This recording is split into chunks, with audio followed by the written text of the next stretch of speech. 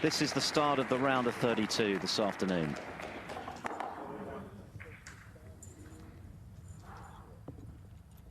Mark Allen, a former semi-finalist at the German Masters. He'd love to go a couple of stages further this year and add this tournament to his already impressive CV. A UK Mark and Allen a Masters champion, of course, Allen. Semi-finalist at the World Championship last season. And getting us underway in the first of our 9 frames here on table 1.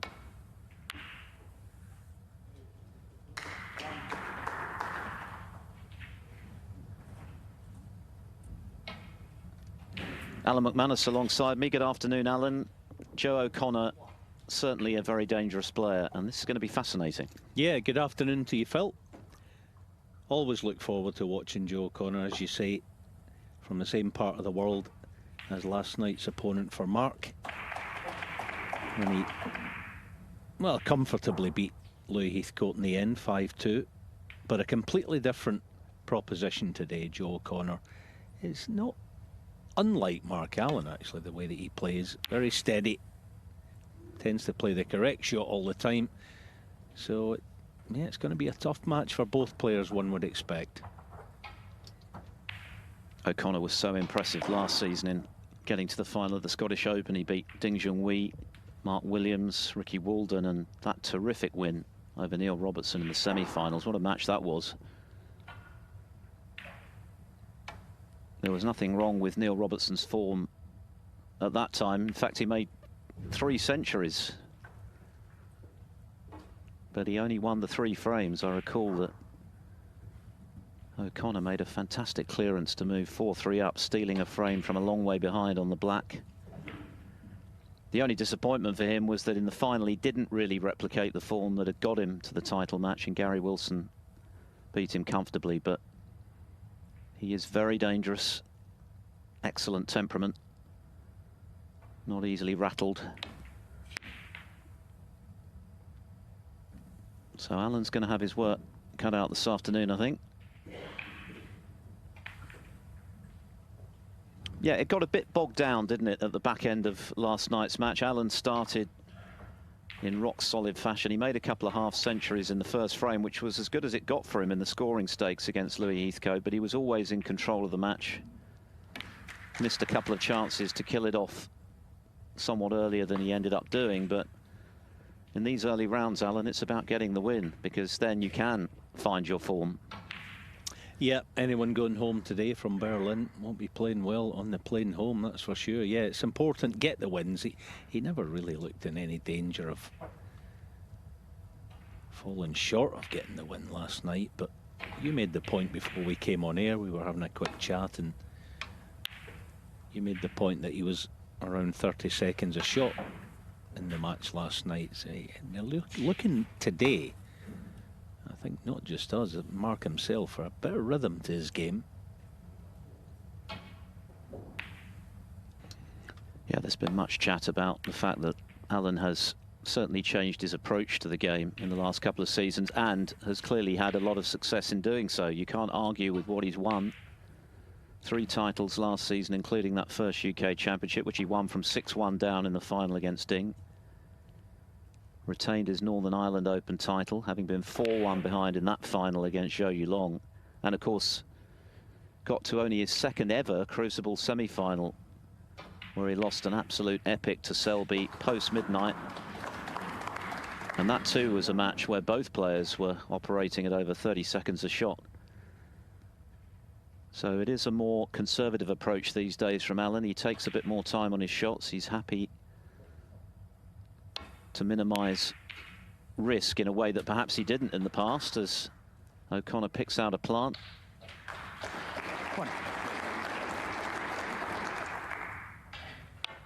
Yeah, he saw that. It was almost like a kind of 3-ball plant with a cannon in there as well, but he obviously knew his cue ball was going to be back in ball. So nicely picked out that by Joe.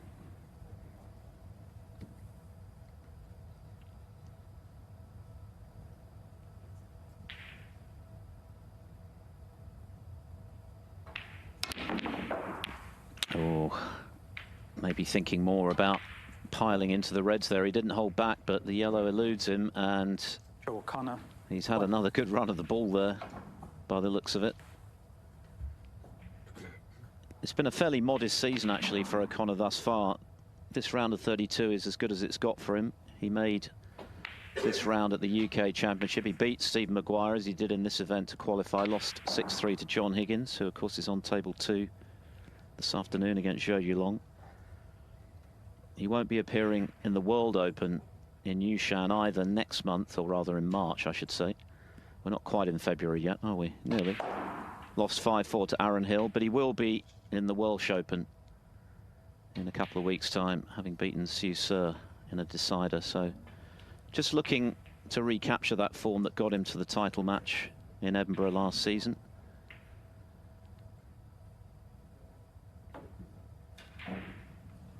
I think we can all forgive you the January, February thing, but can't we? It's that time of year. No one really quite knows what. Yeah. But yeah, the season's really begins to ramp up now, doesn't it? And especially so for those players that are in position for sort of big, not invitation event. You invite yourself by your performances in the season. Of course, I'm talking about the Players' Championship and the Tour Championship that follows.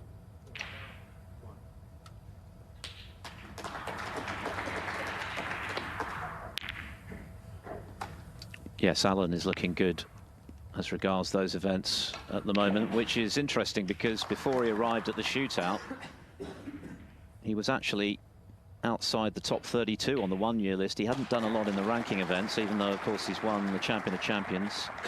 But he ended up winning that shootout, of course, picked up 50,000 ranking points, and that got him into the World Grand Prix. And that's now placed him coming into this event at 13th on the one-year list. And of course, this year the Tour Championship is for the top 12. The players, as usual, before that for the top 16. So Alan well in contention for both.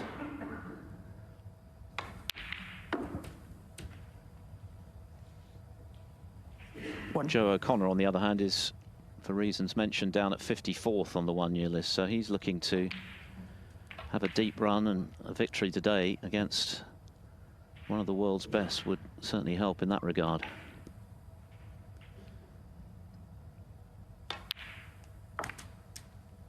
They've played 4 times before. 1 win apiece last season. Alan at the World Grand Prix, that went to a decider. O'Connor at the Players' Championship. He won on that occasion by 6 frames to 3. On his way to the semi-finals, he also beat the world champion Luca Brissell. So he's got plenty of big names on his CV.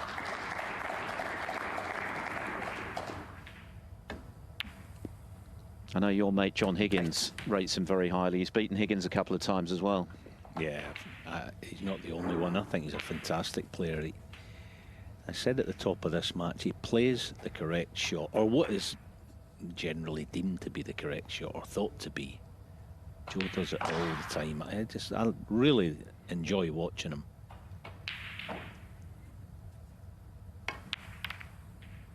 See that he's so neat and tidy. Even there, deliberately, yeah, soft cannon on the pack, yes, to get on the red, but don't disturb the pink spot. You know, keep the pink on the black spot for the time being. So many little things in the game that maybe the casual viewer doesn't really notice, but Joe's got them all in his armoury. Brilliant little player.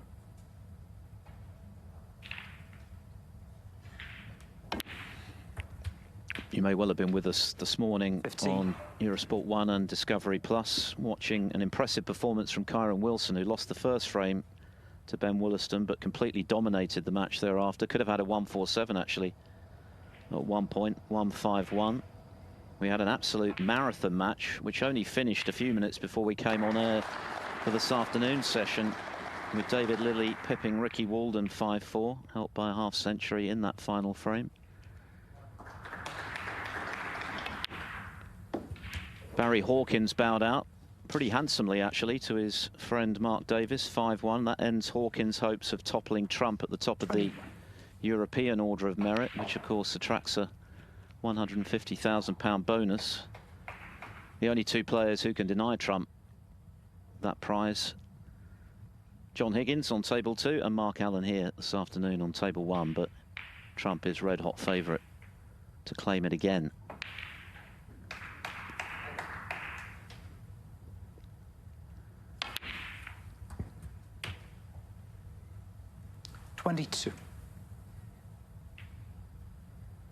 Other winners in this morning's session: Fan Zhengyi over Ben Mertens, Ishpreet Singh Chadha over Liu Hongyu, and Tom Ford, who's been very consistent of late. He beat Zhao Guodong convincingly 5-1. Ford, of course, was runner-up in this event to Ali Carter last year, and also at the International Championship this season to Zhang Anda.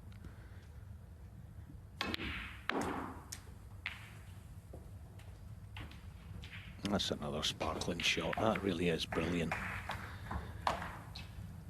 27. I mean, the pot was difficult. All right, it was a natural path back down, but the pace of the shot was superb. Plenty colours waiting, so if this red goes in, it should be a chance to score heavily.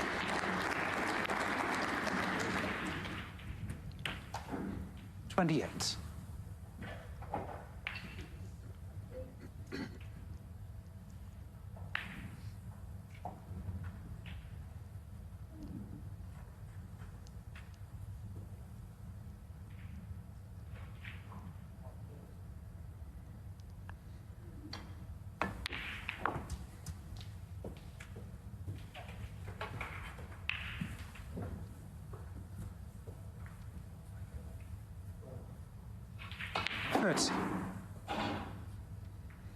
Just can't for the moment lay the cue ball exactly where he needs it.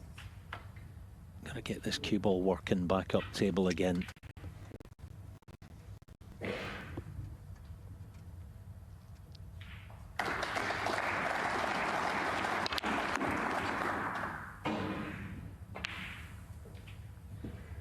$31.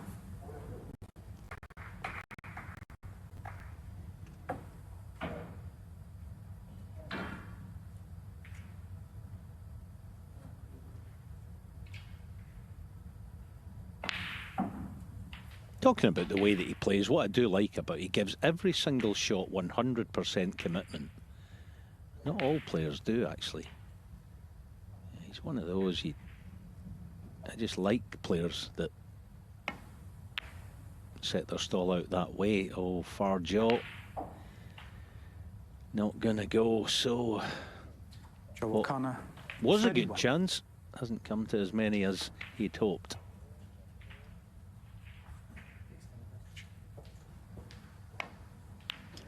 It always looked on the high side, didn't it?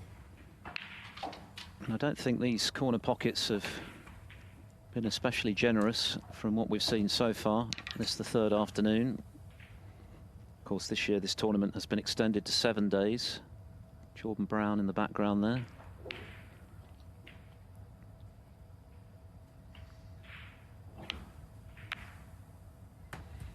He's up against the Belgian beast this afternoon, Julian Leclerc. 1.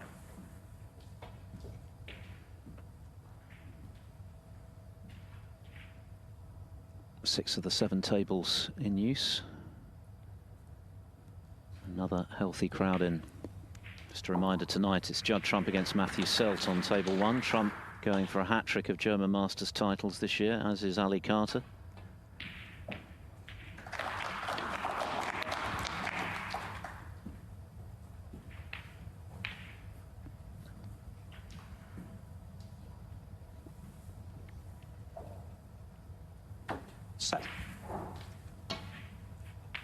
Yeah, that was a poor one from Mark. It's never easy when the object ball's hanging over the lip of the corner pocket, but it's end of break, barring a plant. Really missed the 5 reds by quite a margin.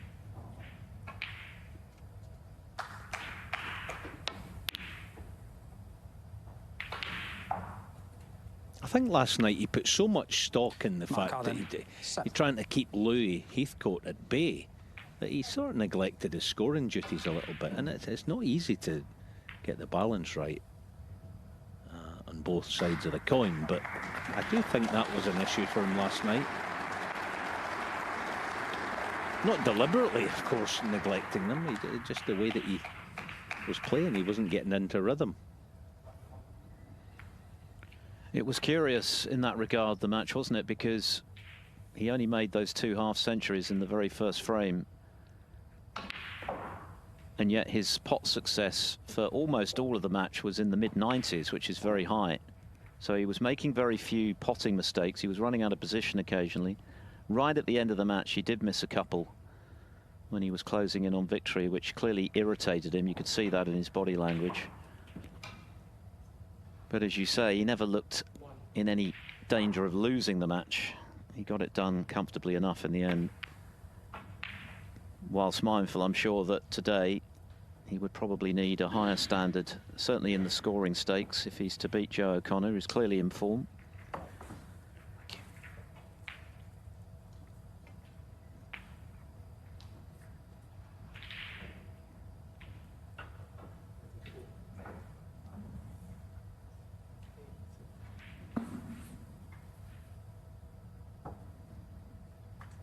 Clearly see the red now, a thin edge of it. And they might find the cue ball back almost where it is now. No, that's a terrific shot. That really is. You'd stand there all day and not play it that well, almost exactly.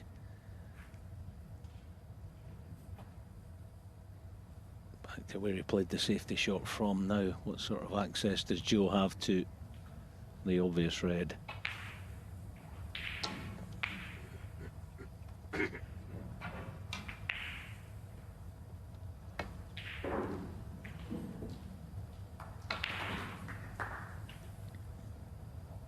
Foul. Miss. Mark Allen, 4.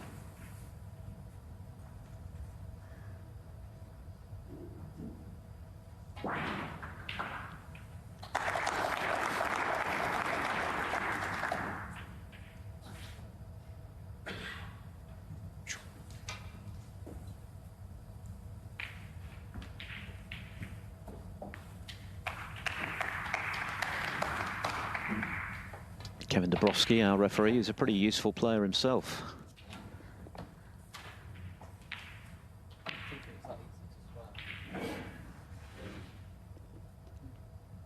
Yeah.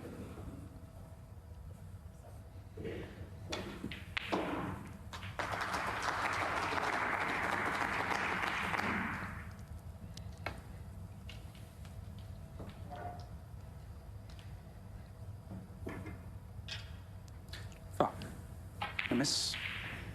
Mark Allen, 4. I'm actually amazed that Mark Allen didn't come round. The red that's second nearest the pink, it clearly goes to right middle. I mean, you see it here, the cue ball releases, Mark. and he wasn't exactly hampered by the other one. You know, the reason being, you think Joe's going to get nice and tight in behind this red. There's that red there sitting in the open. I thought that was a surprise by Mark not to play it. I mean, the cue ball was pretty much where it is now, but 4 or 5 inches out from the cushion. Only red he could leave would have been the one he's playing. It's not negative, he's just not, I think, being forceful enough in his shot choice. A bit like last evening.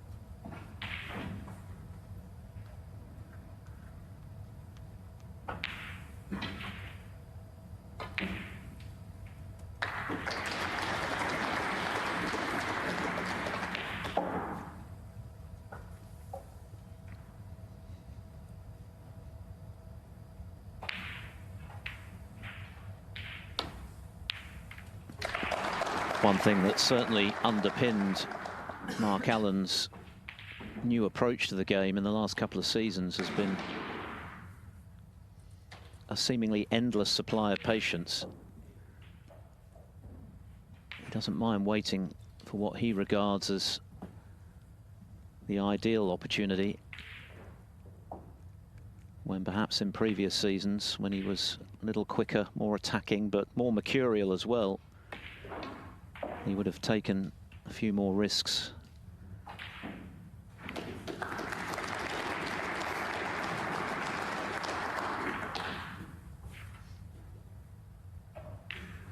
Certainly his safety was very good last night. He was able to create chances against Heathcote by keeping things tight.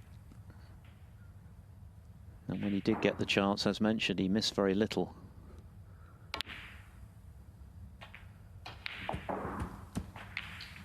One.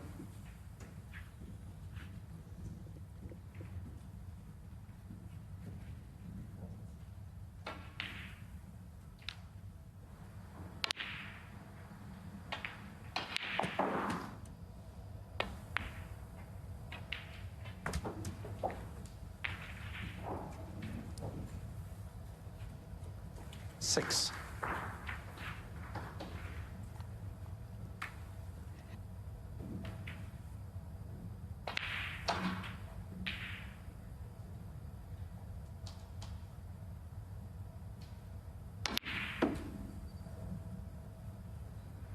Seven.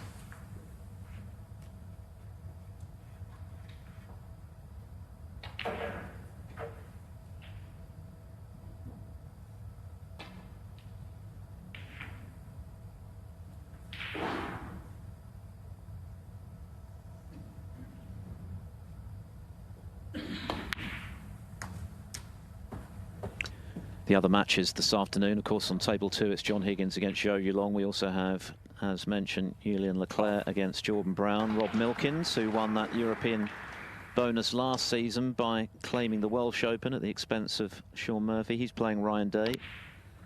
Andrew Paget is playing Yuan Sejun. And Si Jiahui is up against the Welsh amateur Alfie Davis. And you can watch tables 1 to 4 on Discovery Plus.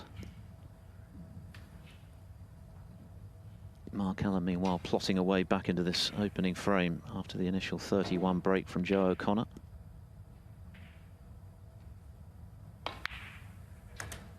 Yeah, I just don't think his cue ball's as tidy as we've known it to be in the past. That 18 was, for him, a fairly basic cannon. He's just playing so carefully, I think. Very watchful and just lacking a wee bit of rhythm. I mean, if anything there, you want to cannon that loose red full ball, but when these players play that type of shot, they always edge on one side of the miss.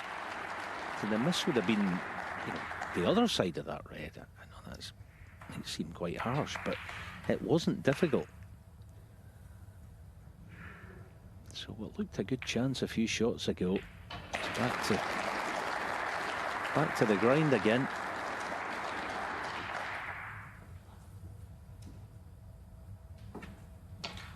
Mark Allen, 18.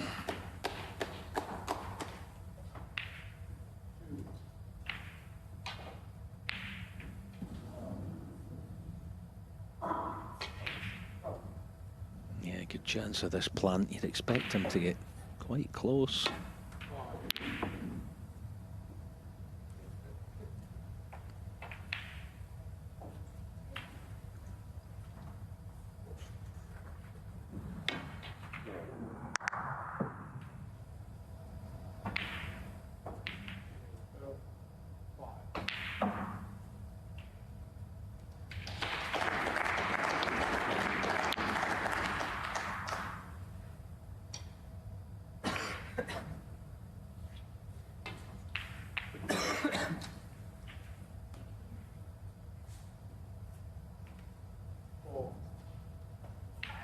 This is vital. If Joe can at least get the pot, position's not as important because the cover in baulk is plentiful. Yeah, that was a big shot. What damage.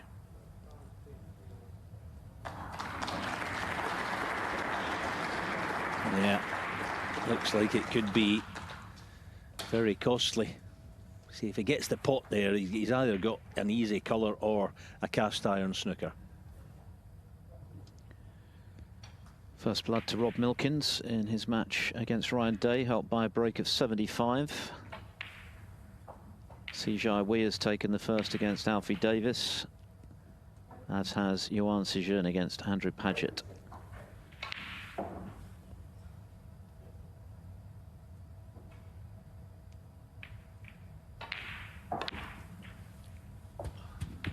One.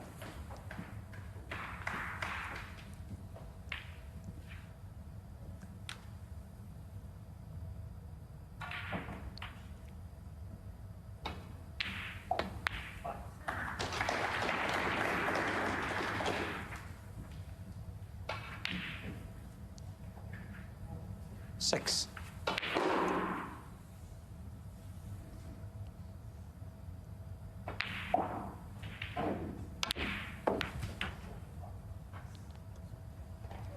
Seven.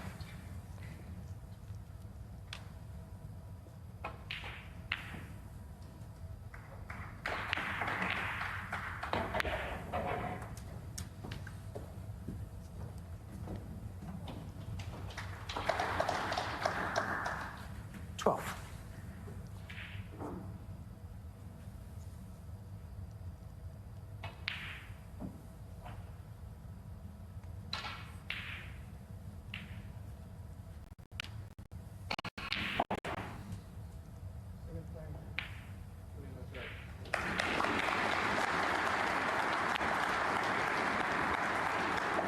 Good save. No good once again, barring a straight black with deep screw on it. It's going to be end of break.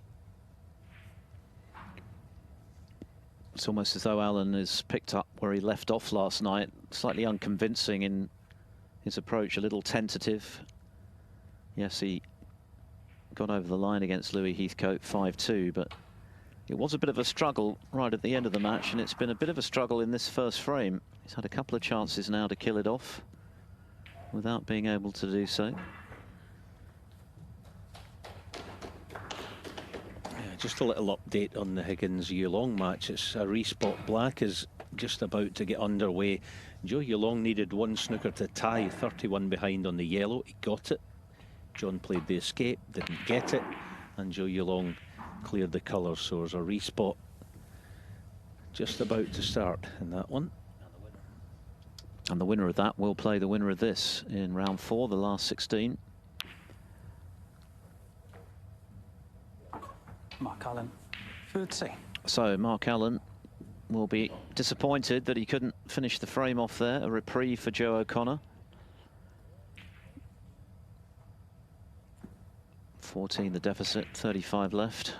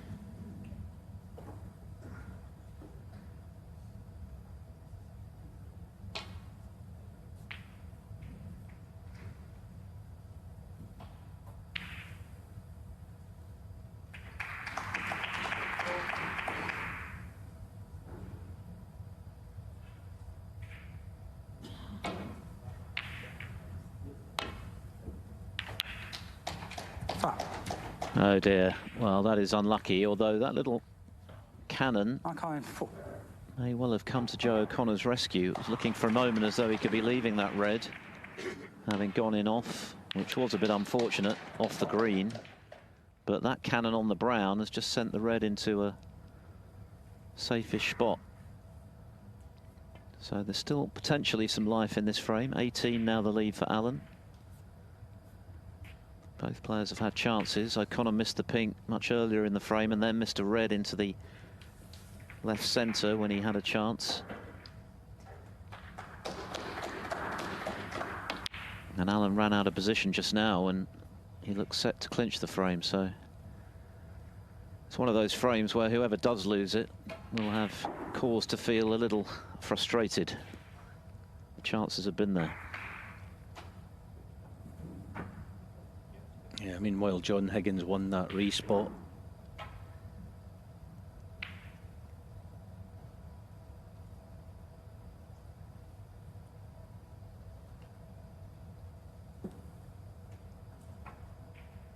Joey Long had a go at a speculative double to corner, but didn't get it and left it over the opposite corner. So 1-0 to John Higgins.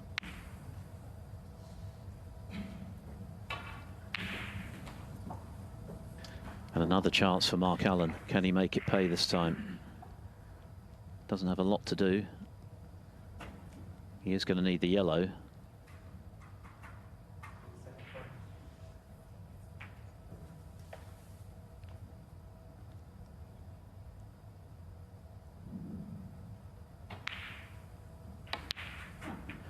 Overcut it, never in.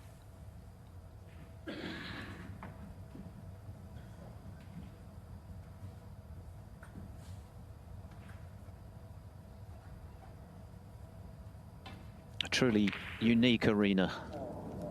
The crowds have always been fantastic at this tournament, which of course dates back to 2011.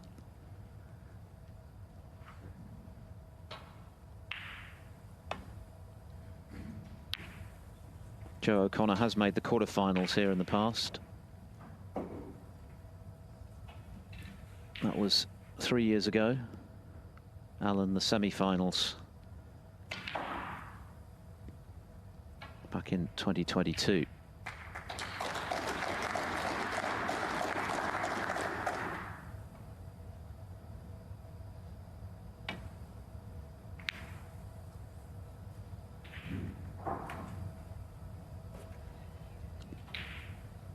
Doesn't look as though he's quite got the snooker.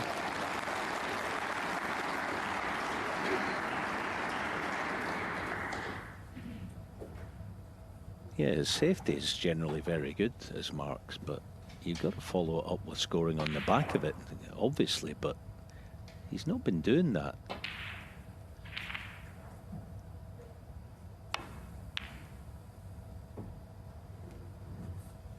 Now Joe looks to have easy cover here.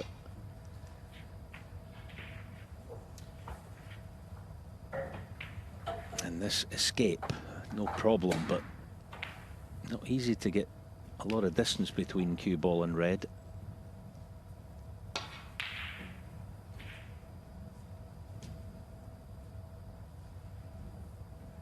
This is quite a nasty one. Got to play it with some kind of pace.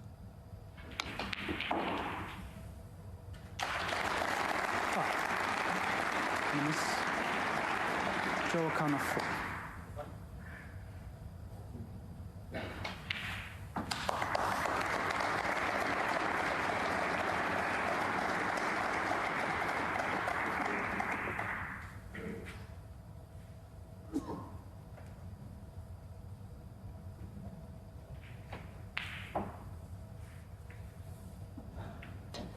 Terry, can we take a look?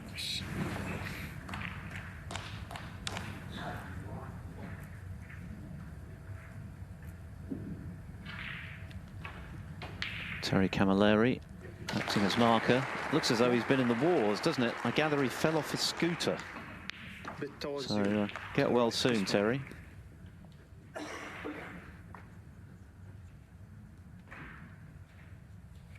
Towards me, towards me.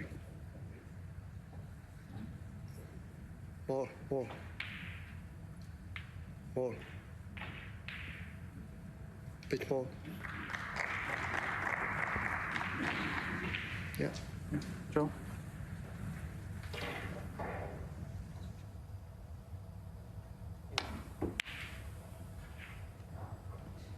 Where's this ending up?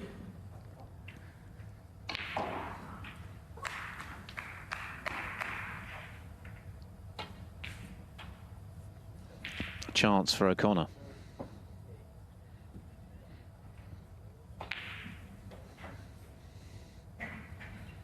Not a frame that's going to live long in the memory in terms of its quality, but whoever wins it will be very happy, and equally whoever loses it will feel they've let it slip.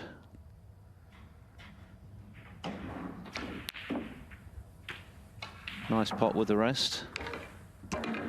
One. Yeah, so a chance to pinch it if he can get access to the yellow. No problem getting close to it, but does it go? Is it on to its own pocket?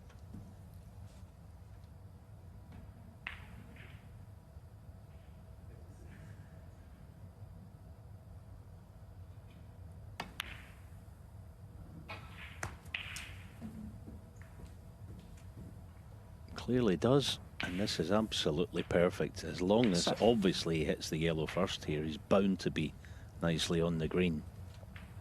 That was very well controlled, wasn't it? There was definitely possibilities for that going wrong, but he's played it absolutely spot on. And this will hurt Mark Allen. It's a frame he'll feel he should certainly have won. Both players, yes, have had chances, but be a good one for the underdog to clinch. These tight frames always feel that little bit more significant than the ones won in one visit. The ones that are capable of causing a few mental scars.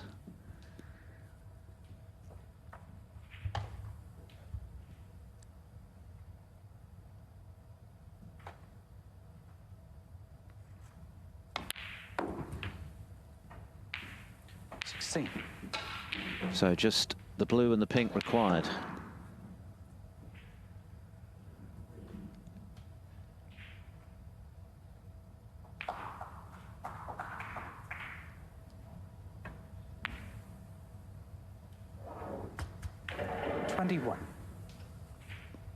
Mark Allen had a couple of decent chances to kill the frame off. He didn't take them. And he's paid the price. Joe O'Connor has cleared to the pink. Quite a scrappy, nervy start to this match, but it's O'Connor who'll be much the happier because he's had the final word on the penultimate ball. He leads Mark Allen 1-0.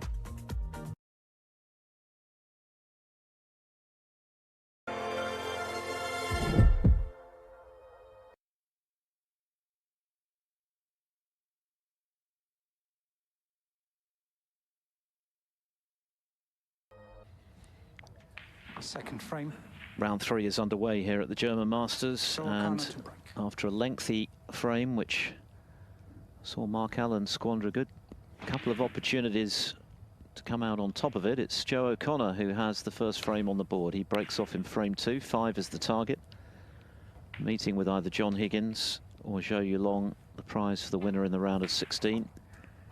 Just a reminder that if Higgins and Allen were to go out today, then Judd Trump would already claim that European bonus prize of £150,000. He's won it a couple of times before, of course, miles ahead in this, the penultimate qualifying tournament of the 8, the Welsh Open being the final one. Of course, Rob Milkins won it dramatically last season. He pipped Ali Carter to the post by beating Murphy in the final.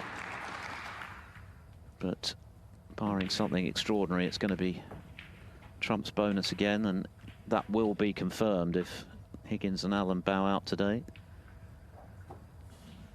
Long way to go, of course, but Mark Allen will certainly be annoyed with himself that he didn't take that opening frame. As mentioned, though, these days he has the patience of Job, and a lot of his best wins have come from losing positions, not least in that UK final, and indeed the Northern Ireland Open final last season. He was 4-1 down to Mark Selby, and although he made that wonderful maximum break, he seemed to be heading out of that match before turning it around to win in the decider. So a lot of snooker still to come this afternoon. This evening, Judd Trump and Matthew Selt will be taking centre stage on table 1. healthy crowd in again this afternoon here in Berlin, as always.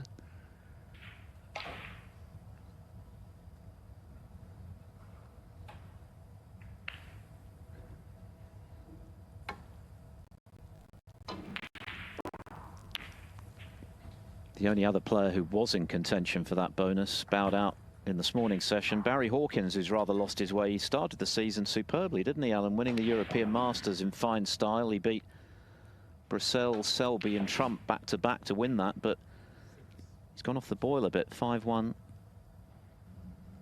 the result with Mark Davis today. Yeah, absolutely. I thought it was one of those matches, and it can be the case when, you know, they're kind of absolute besties, but they're really good mates, those two. So I think you can, when you get a match like that, it's a bit like a local derby in football. I think you never, there almost isn't a favourite in some ways. So yeah, good on Mark Davis, tremendous player. Good to see him remaining on the tour and having a good week.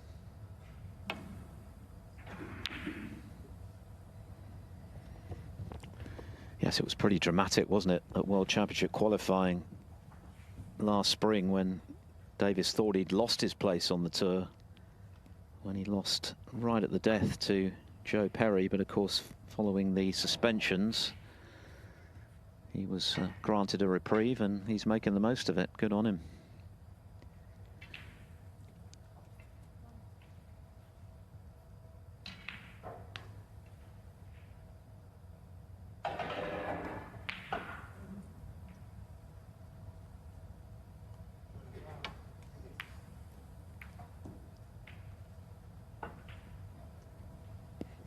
Former English Open runner-up Mark Davis lost out to Stuart Bingham a few years ago in the home nations.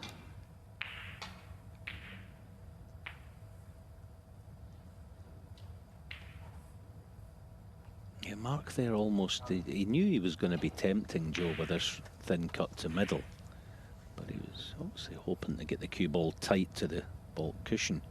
It's just a question of what does he think the cue ball's going to hit? Get the pot, and whatever will be, will be. It's one of those.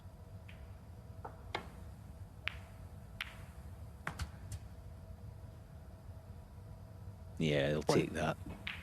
Not the worst result. Okay, not perfect by any means, but it was a chance that, yeah, again, it was quite a weak shot by Mark. Presented this half chance.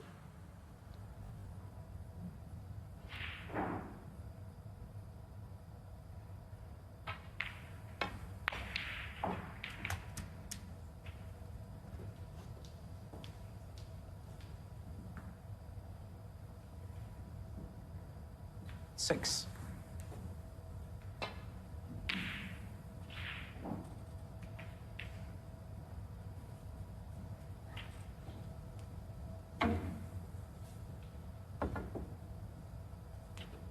Just thinking, actually, this tournament, it's a brilliant place, a brilliant city, obviously, for people to come, the surrounding area where the venue is itself. It's not even a 10-minute walk to Potsdamer Platz, the sort of main square, and then you've got Brandenburg Gate, or Brandenburg Tor, as they call it.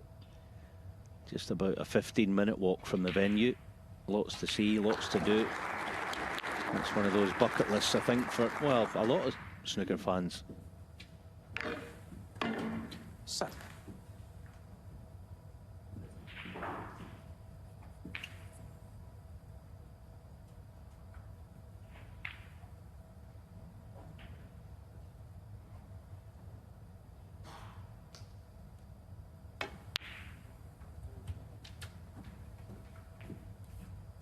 So Joe O'Connor, having pinched that opening frame on the pink when it looked likely that Mark Allen would be moving 1-0 in front, has the chance to build on that now.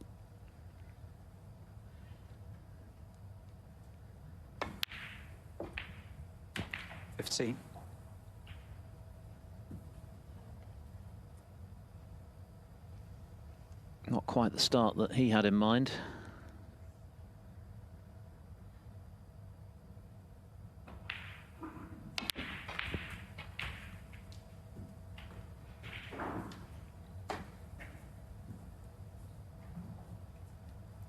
22.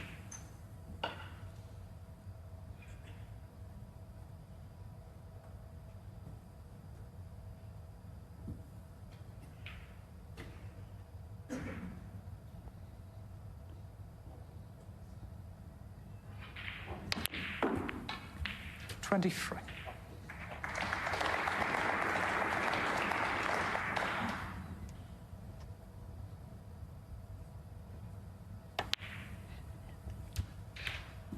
Other scores, Sijia Weir's doubled his lead over Alfie Davis.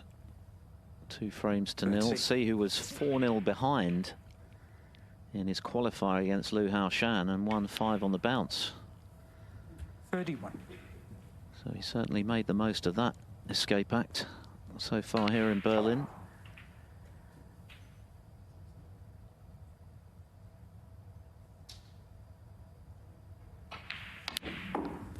One each now between Rob Milkins and Ryan Day. 2-0 Yuan Sijun over Andrew Paget as Mark Allen watches on. 38.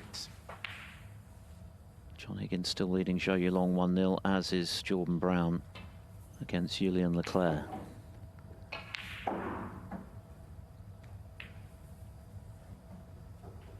Yeah, meanwhile, Joe there just had a dull contact and cue ball died on him, so right to far corner. Not what he was, not what he had in mind.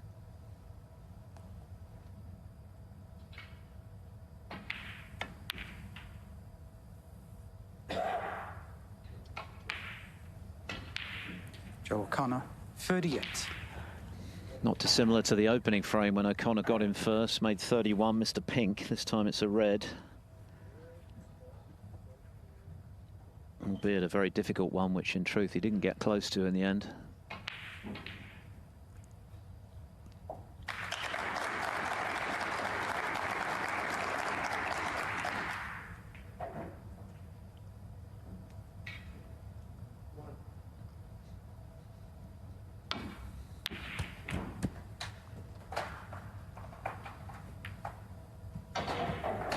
What a shot that was.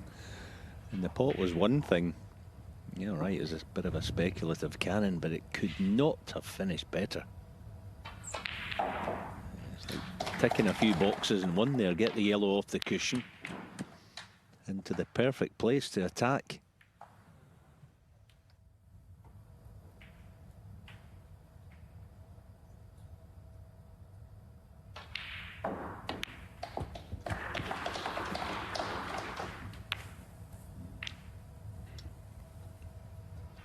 Once again, though, it's not gone according to plan.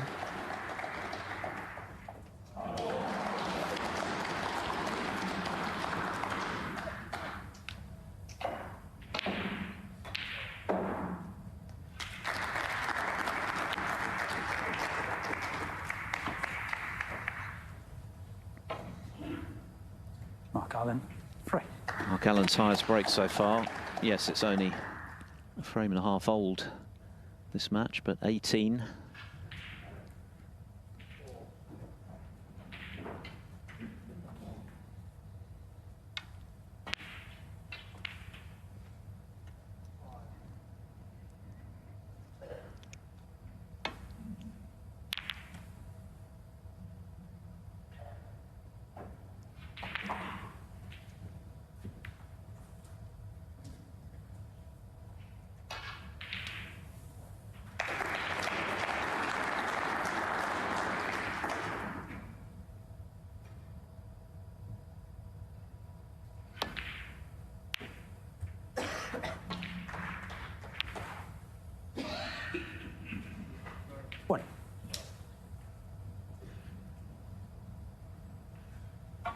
Now, perhaps a chance to take this frame by the scruff of the neck here if he can find access to the next red. Yeah, lovely shot. That'll actually make him feel better. That one shot alone, punchy one, round a few cushions into pretty much the perfect position. Try and pick up the pace now, I would say.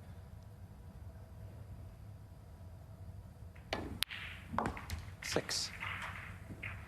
You know, now that he's in that bit closer where you want to be. See if you can get the reds open early. Get about your work. Because at the moment, it's been sort of very passive, Mark Allen.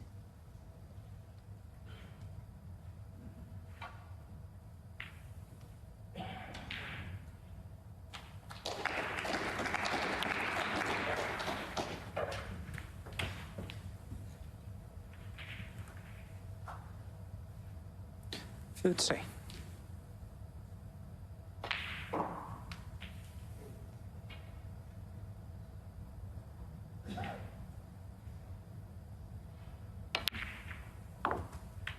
Fourteen.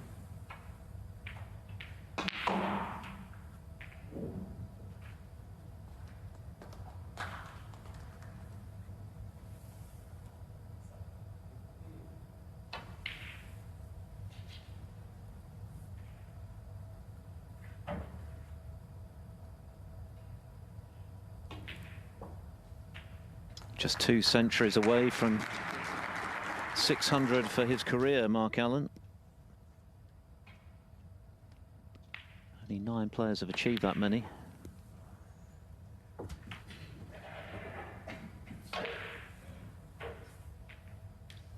Twenty.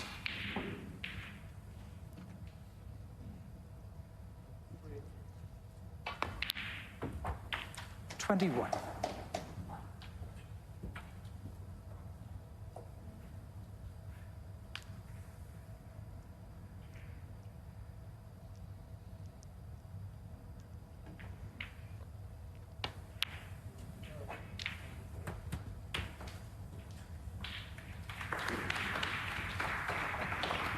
Joe O'Connor once again was in 28. first, but got a kick which scuppered prime position, tried to retrieve it with a long-range red into the yellow pocket, which he 29. left for Mark Allen. It was an excellent initial pot.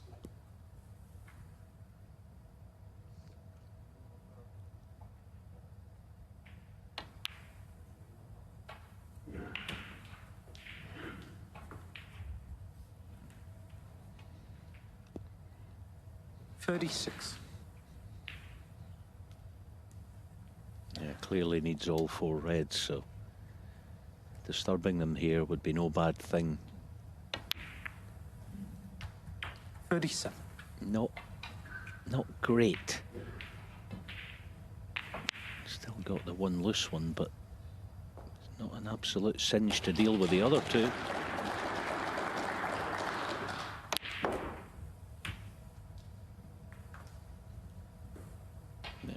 Better shot than it looked. 44. He should pretty much guaranteed some kind of angle now to get those reds in the open.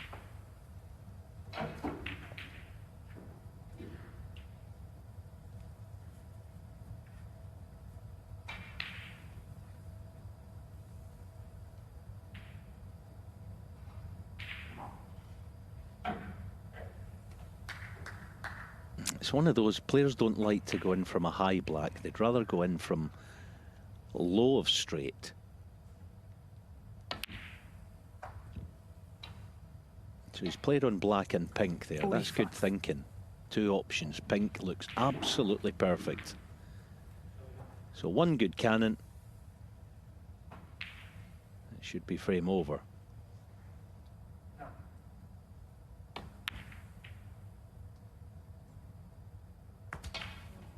Wow. There was just a moment of doubt as to whether that was going to reach the pocket and then drop, but it did. 51. So Mark Allen on the cusp of levelling this match.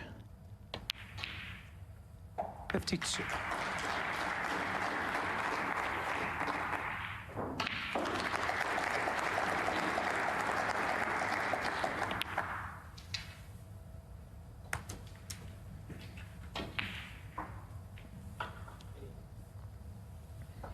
$58. 59. So pink is frame ball.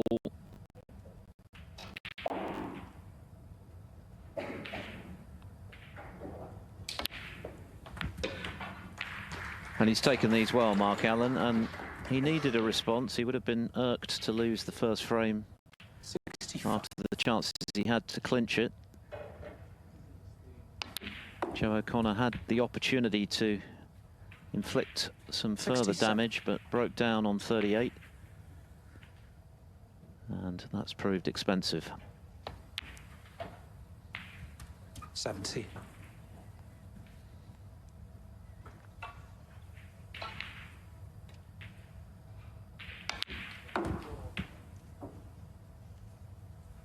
$74. Came through against Manasarwin Fetmalaikal in his first match, Mark Allen, and that proved to be a close call for him. Went to a decider, although he won it in style with a century.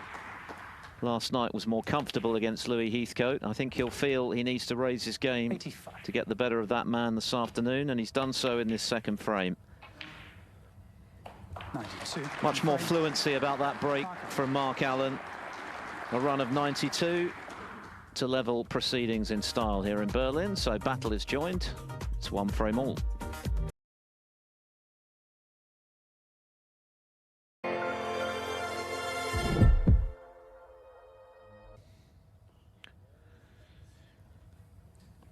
Some of the old fluency from the pistol in frame two. A nice break of 92 from Mark Allen after Joe O'Connor had been in first, lost position, and then missed a tough red from distance on 38. So 1-all after O'Connor pinched the opener on the pink.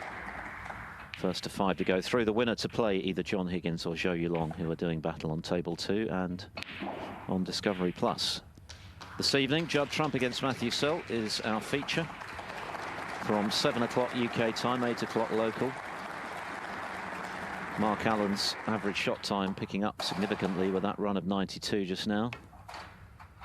It was in the high 20s.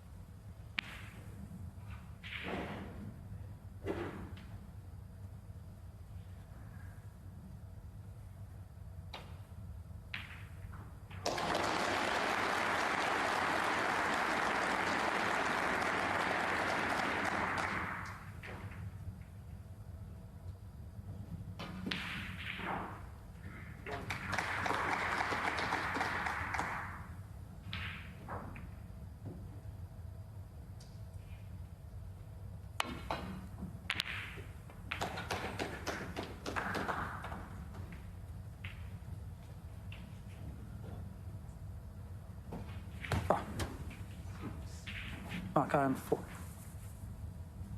Yeah, it was a pity about that safety shot. It was quite well played. I used the contours of the table, the half ball, almost like a billiard in off that, but quite unfortunate to find the corner. Now can Mark keep this going? Type of shot he should get 9 out of 10, really. Yeah, no problem. Good pot.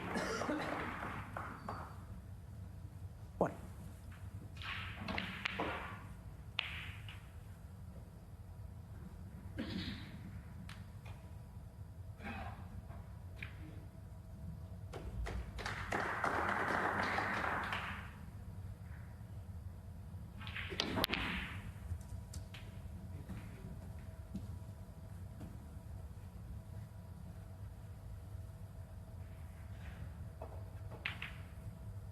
Set.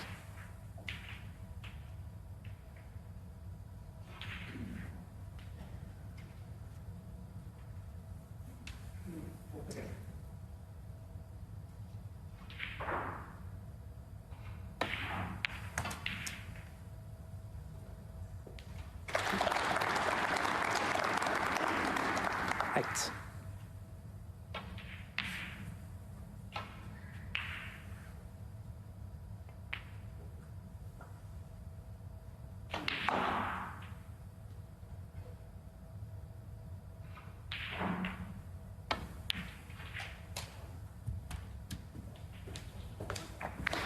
That's a good sign. It'd been easy there to play the half ball green, maybe plough into the pack of reds. Good sign that he played a shot that was quite a nasty one.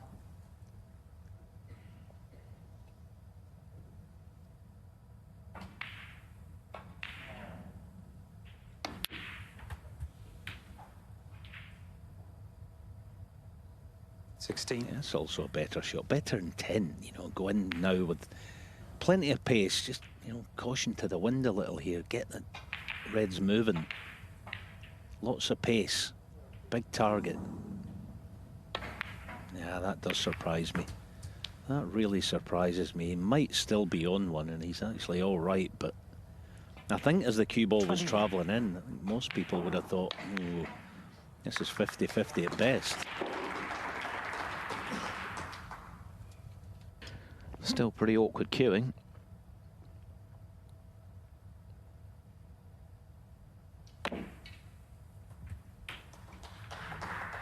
And as a result of that, not A1 positionally.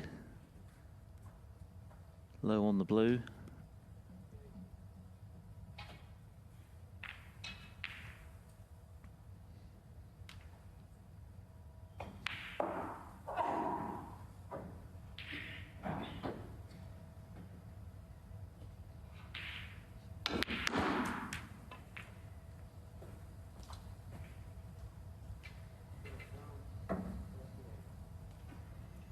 Oh, and he snookered.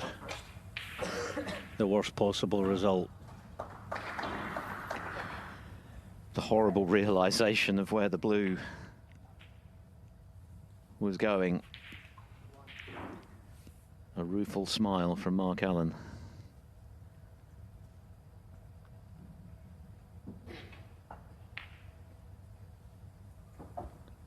Yeah, it's one of those when the cue ball comes to rest pretty much on the blue spot. You're scanning the table. Please be a spot that's free.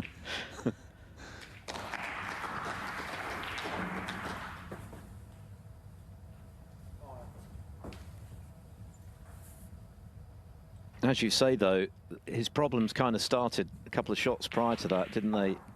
In going into the pack as he did, he landed awkwardly on a red. Yes, he had one, but that meant that he couldn't guarantee good position. He had to go round the houses off the blue, and then you're, to some extent, trusting to luck as to where the cue ball ends up. Yes, he's very unlucky to end up there, but maybe the difficulty stemmed from a few shots previously.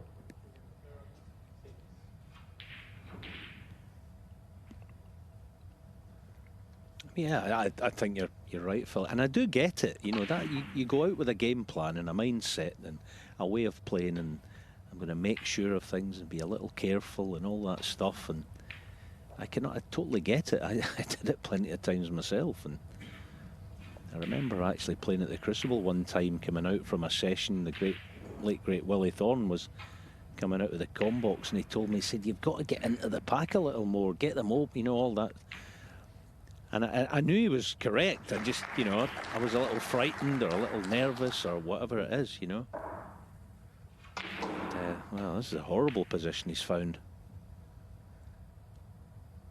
All right, very unlucky to find exactly there, but I just thought he should have gone into the pack like Phil a few shots earlier. Mark Allen, 27. And for a player who won 3 big events last season and was, by common consent, the player of the season and has won 2 again this season, you wouldn't think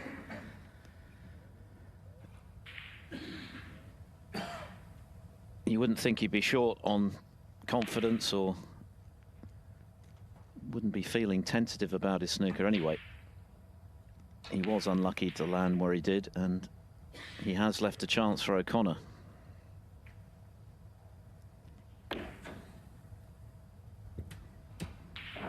One.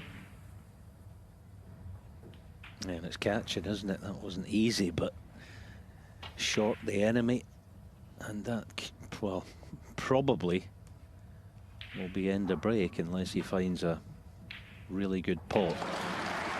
Because of a shot to nothing from the right wing, but not much better than that.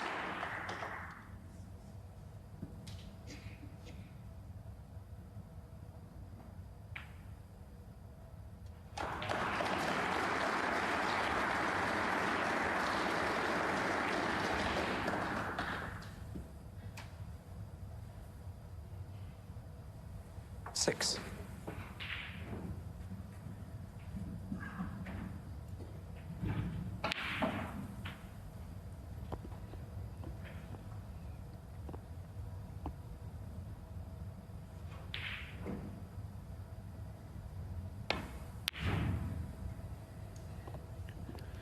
Didn't really get close to that one. Joe O'Connor, 6.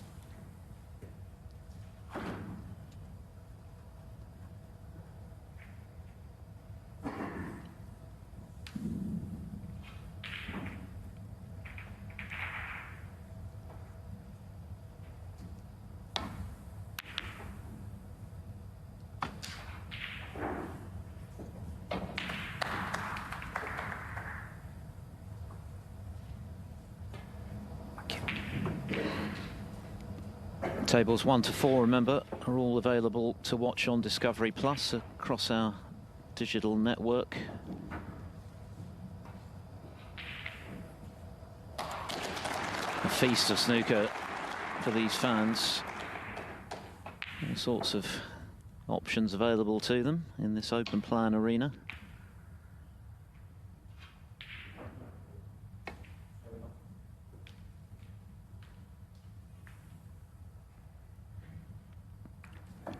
John Higgins 2-0 up now on Zhou Yulong on table 2. Winner of that plays the winner of this in the last 16.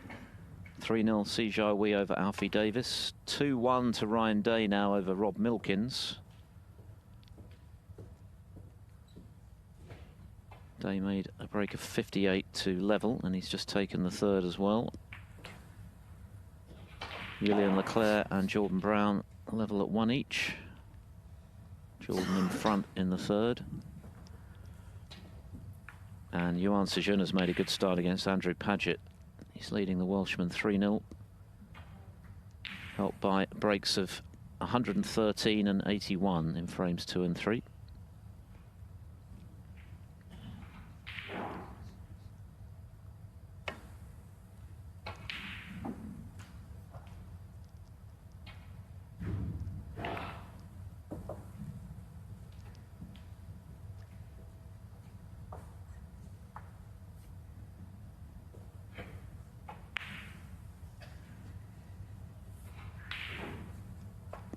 Although Mark Allen's ranking performances have been relatively modest this season, barring, of course, the shootout, which he won, which proved to be very significant for him because it propelled him into the World Grand Prix, a tournament he won last season, of course, beating Trump in the final.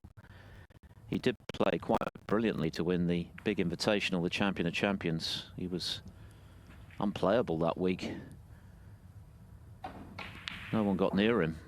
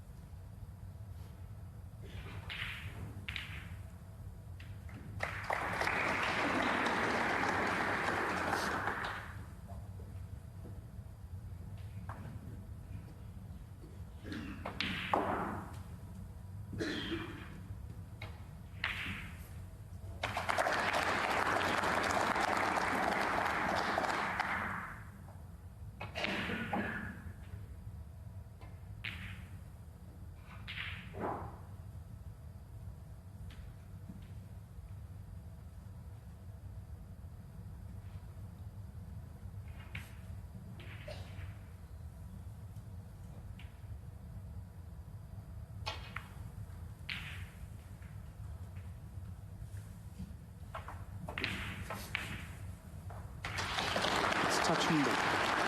Kevin Dabrowski declares touching ball.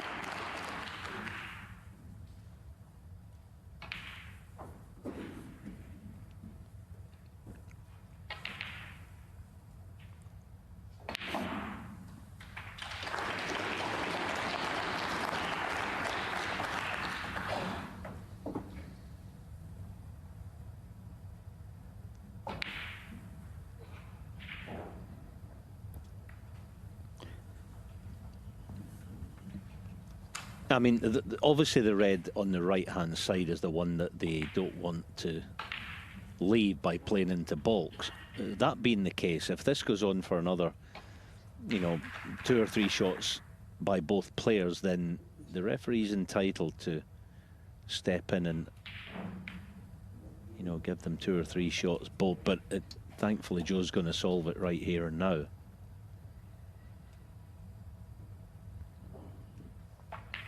Not saying the players are doing anything wrong. They just want, you know, they want to keep each other out of the scoring zone. But it was going nowhere. And the onus would have been on Allen to progress things, wouldn't it? Because he's the guy 25 in front. Joe O'Connor would have been happy enough with a stalemate there. Anyway, that's now academic. Can Allen knock this red in?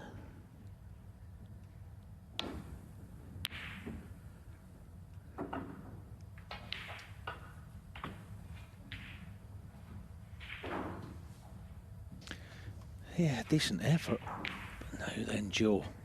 It's never easy, this type of shot at the best of times, but when you're going through a little passage of play with no rhythm to it, so I feel the blood flowing through the cueing arm. Let's see if he can cue this one sweetly. Oh, that's superb. That's a brilliant shot.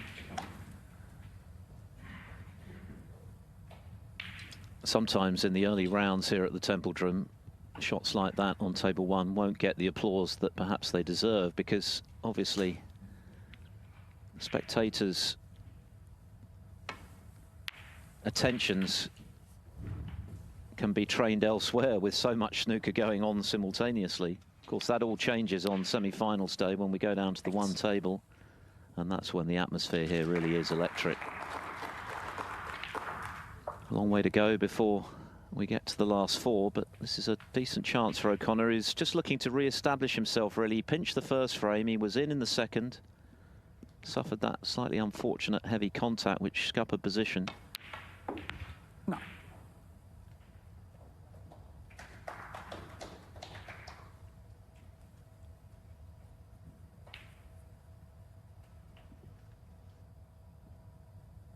Again, though, he's just, you know, to leave a straight black is, he's given himself a big problem to deal with now. And clearly, Phil made the point that along the cushions, the pockets are certainly not big. So that's the reason he doesn't want to play on it.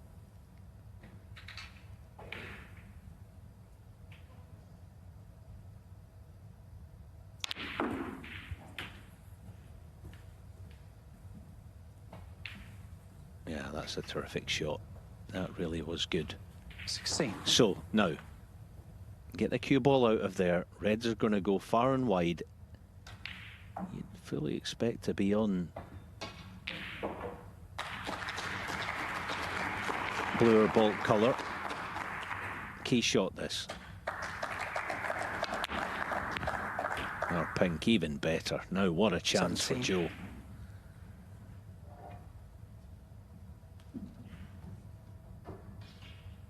Yeah, the initial long red that he knocked in, I'm saying that's a brilliant shot. It wasn't the shot itself, it was what is going to maybe come on the back of the shot, which potentially is a frame-winning contribution.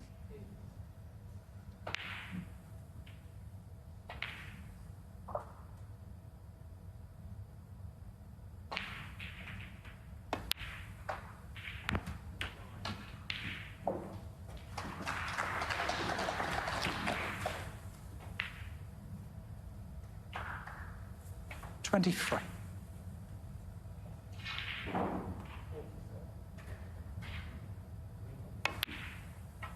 24.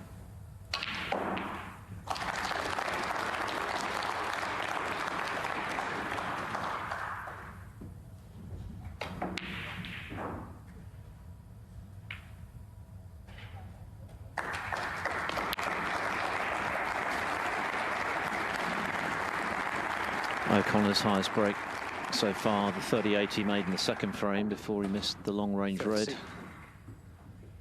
But what a chance he's got here to retake the lead. 31.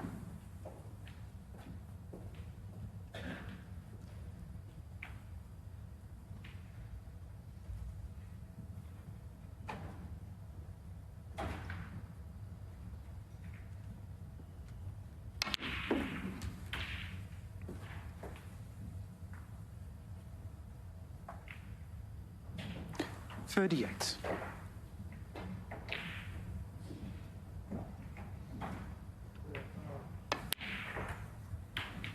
$39. He just fractionally lost the cue ball. Yeah, it should still be okay, but not an absolute sitter, this one. Yeah, well played. Good recovery. It's been a scoring exhibition so far from Yuan Sijin against Andrew Paget. He's reached the interval 4-0 up with 2 centuries and a break of 81. So a terrific performance so far from the Chinese. 47.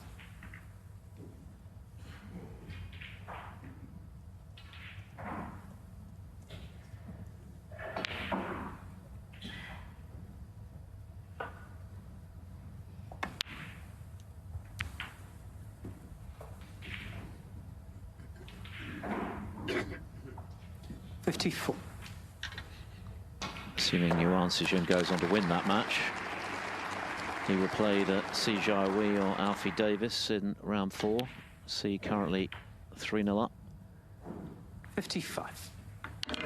We've got the fascinating prospect of Neil Robertson against Joe Perry in the last 32. Robertson in very bullish mood after 2 very convincing victories so far this week.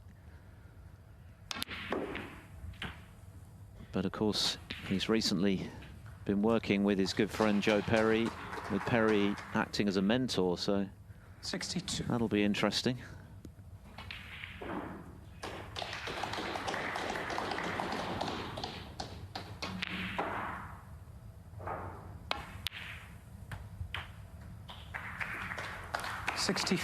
Yeah, he's taken these nicely then, Joe, after setting up the chance mid-break. This has been excellent. And I think, as we expected, just touching again on the match last night against Louis Heathcote, Mark Allen's opponent, today is a different proposition. He's not going to be given the amount of sort of freebie chances that came along last evening. Not against Joe. Yeah, you get the odd mistake here and there. 69. Who doesn't? But he's very solid, this fella. Could be doing with this red going in, just to put any doubt. Joe O'Connor, 69. 44 the difference, 35 remaining, so it's 3 snookers for Mark Allen.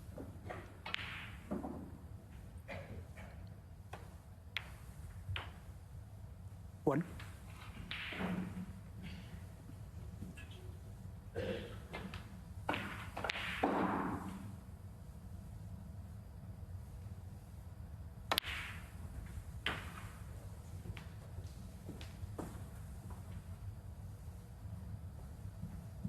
Eight.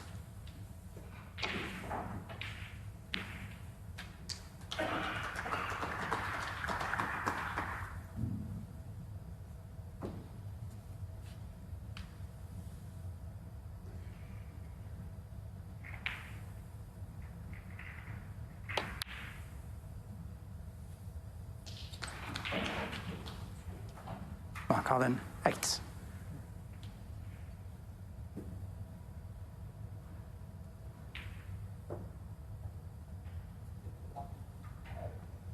Well, I suppose if you're in Mark Allen's shoes, you're thinking,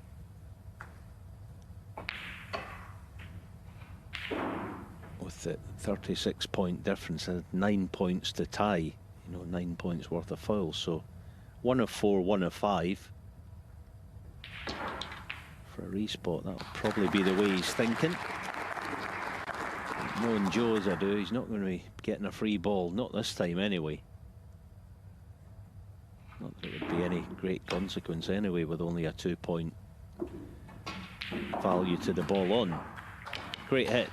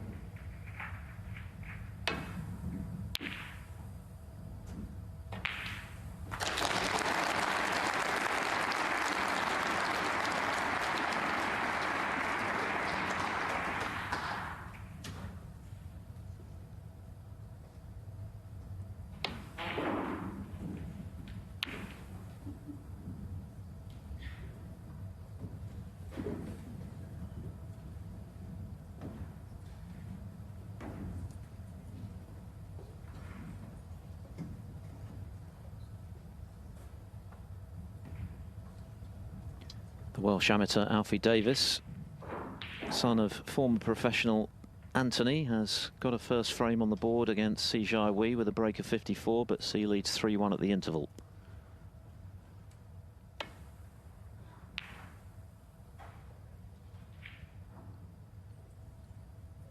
It's a long road back here for Mark Allen in this third frame. Once again, a few seasons ago, I think Allen would probably have conceded this one, but his approach is very different these days. Willing to battle it out. I think he's taken more than one leaf out of Mark Selby's book. He's seen the success that Selby's had down the years with a very strong all-round percentage game, and I think he's looked to replicate that. Certainly was some battle they had at the Crucible, which maybe took a bit out of Selby at the start of his final with Luca Brissell, which ultimately, of course, he lost despite a trademark comeback in the final session.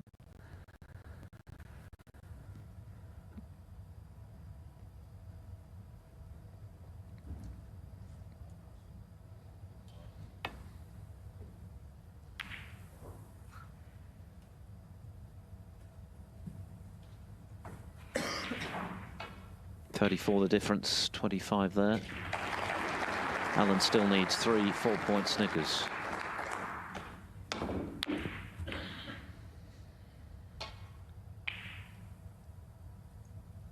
Free.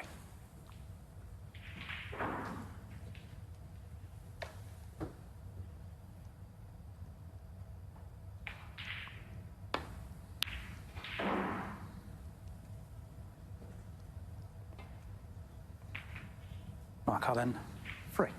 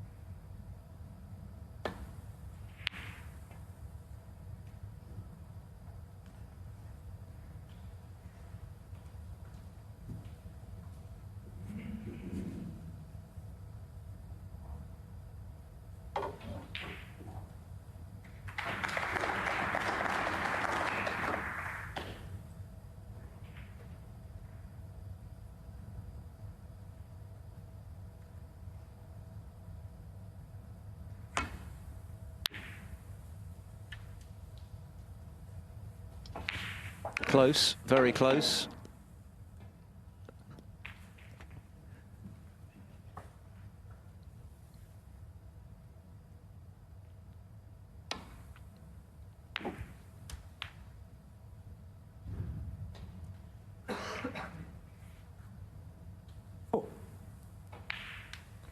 So it's now 2 Snookers on the blue, but Allen running out of balls.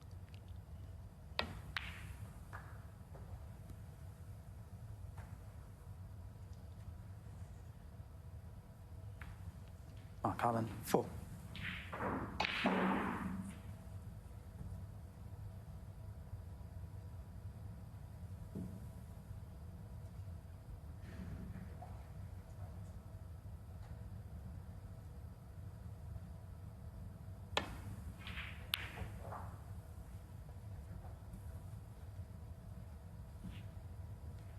Yeah, that should, well, I was going to say if it goes in the cushion, should extinguish all hope of Mark Allen getting a couple of Snookers. He'll keep trying.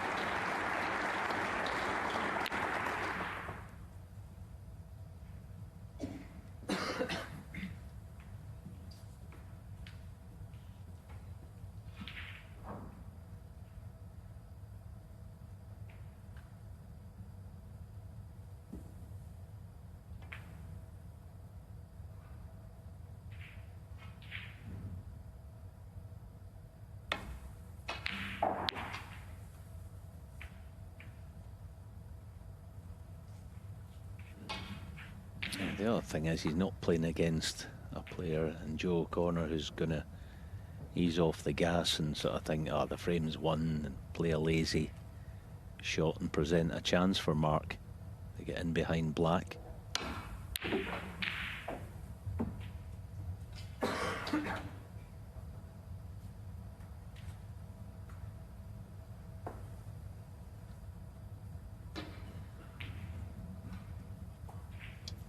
Yes, this is an extremely remote hope that Mark Allen has of turning this frame his way, but he's pressing on.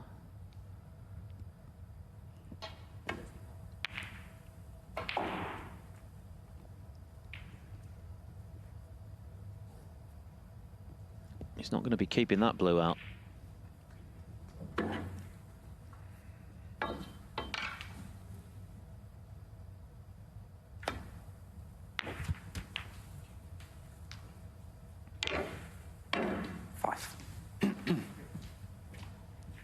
Still needs 2 snookers, but now only 1 ball to work with.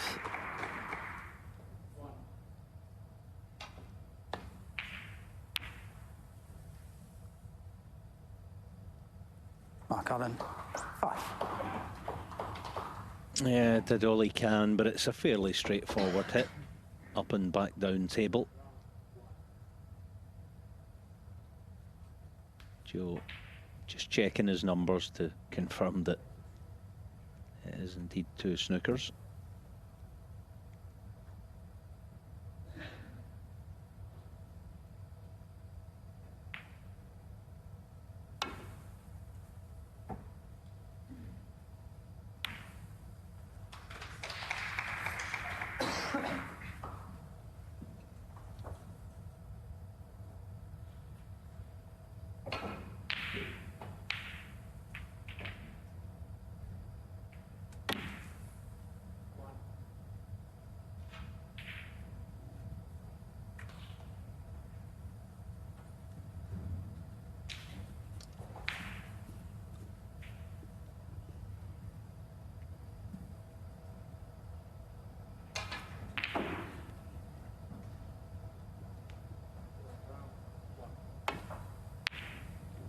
Oh, goodness. Just when it looked as though this frame was finally going to be put to bed, Joe O'Connor can't pop the pink, so on we go. He's still very much odds on to win the frame.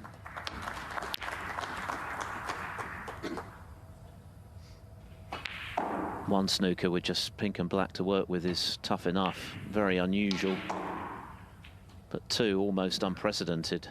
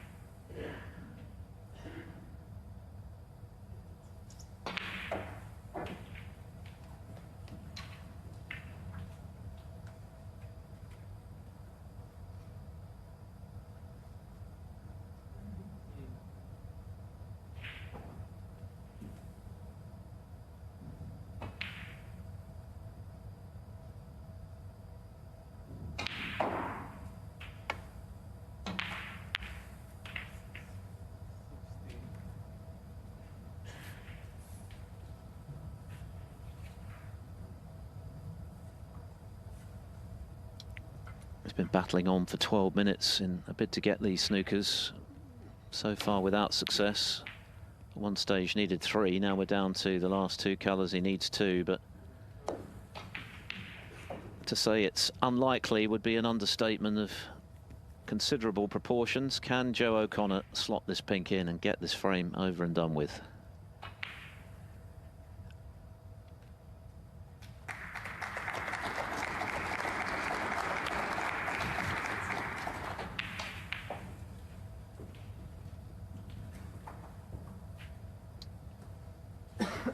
I don't think O'Connor's the kind of player who's going to be fazed by this protracted ending to this particular frame. There might be one or two players who would be, but not in his case, I don't think.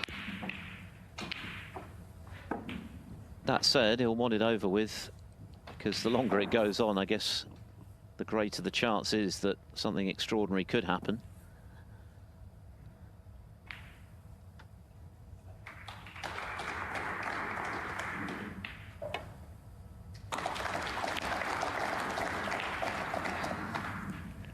Now, can Mark Allen keep that pink out?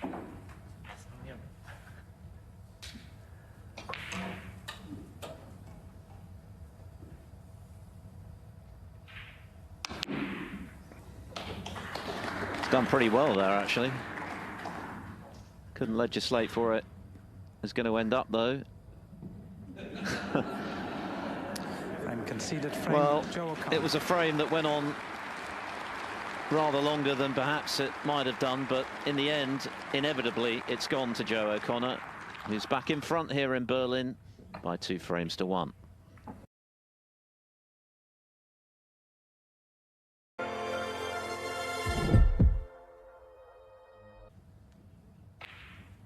Day 3 here at the Templedrum.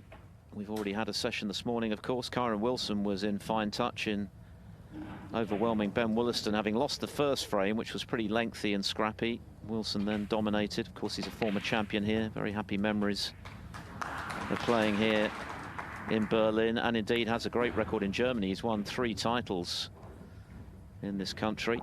Safely through today. Mark Davis, good win for him over Barry Hawkins, whose hopes of winning that Bet Victor European bonus were ended with a 5-1 loss. A marathon match between David Lilley and Ricky Walden went the way of Lilley in a decider, as Joe O'Connor breaks off in frame 4.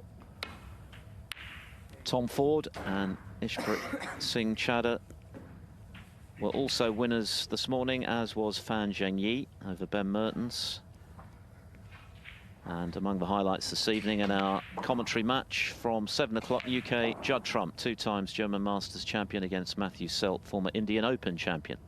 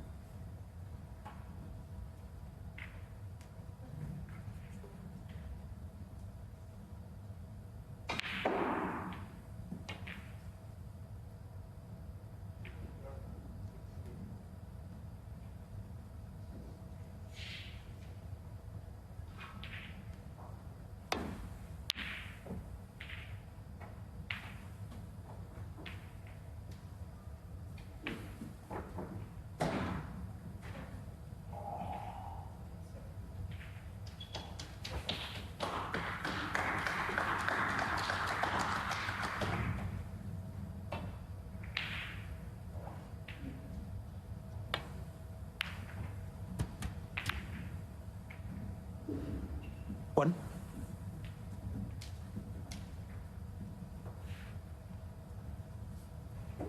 It's a bonus, although the yellow looks easy from the picture we're seeing, but it's one that needs a bit of care and attention. Just dead weight drop in. Yeah, nicely done. Just on that John Higgins, Joe Yulong match, that at the interval, I did see that the Joe Yulong came out for the start of the match and he'd forgotten to bring his chalk, so it's a good job they're pals then, because John gave him a block. That was a break of 127 from Joe to level at 2-all. He made 60 in the 3rd frame.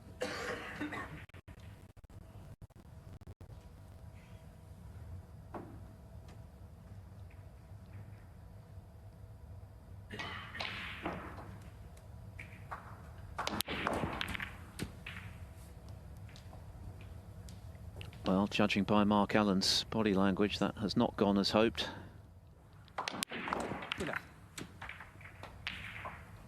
Yuan Sijun, who's been playing so well this afternoon against Andrew Paget, I recall he was docked to frame after being late back from the mid-session, wasn't he, in his qualifier against Ding, but won nonetheless, 5-2.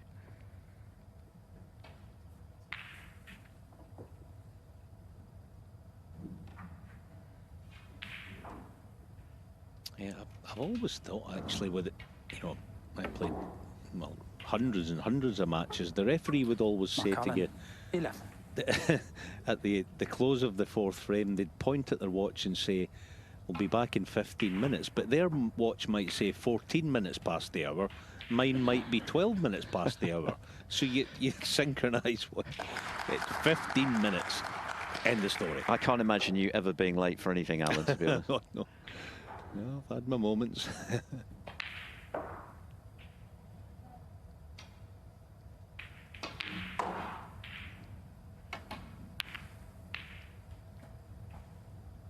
Yeah, I just always went on my time. I looked at my own watch. 15 minutes from now, I will be back. End of story. A bit funny that way.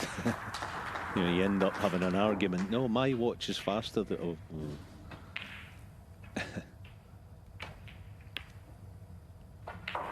Of course, it's one of those arguments, if it ever ensues, that the referee will always be right. So you better be right in your own way in the first place.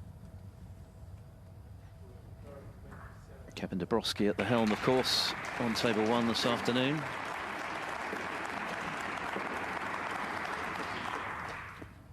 So can Joe O'Connor take a 3-1 interval lead? Really put the pressure on Mark Allen.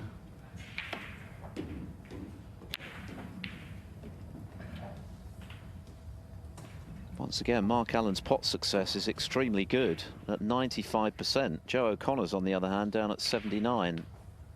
Some of that would have been down to trying to end that lengthy duel for Snookers just now, but Allen with just one of the 3 frames, albeit that he won it impressively. He's overcut that red, though, to give his opponent a chance. Yeah, got to be honest, he's really struggling, isn't he? One contribution in frame 2, but in general, he hasn't been good. He hasn't looked good at all. Just his demeanour, it looks lethargic and not tuned in, not playing well.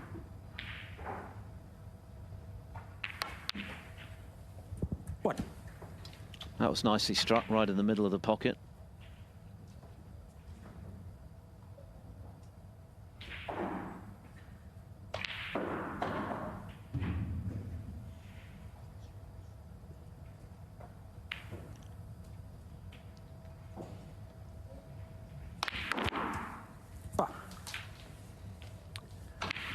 Well, we've seen it many times before.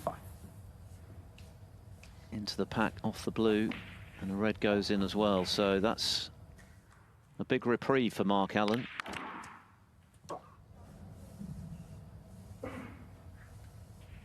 Yeah, there's nothing you can do about that as a player. You just got to,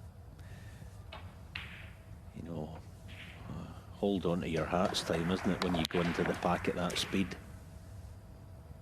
He played it the correct way. You just got to try as best you can, get back in your chair and think, right, okay, that's not my fault.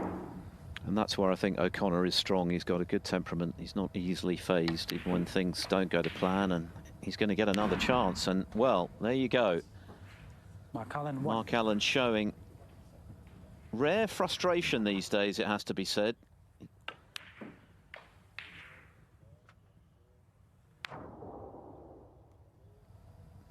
But that belies his state of mind right now. He's not looked all that comfortable either at the back end of last night, even though he won, of course, 5-2 against Louis Heathcote, or today for the better part. And he gave the table a fair old whack there.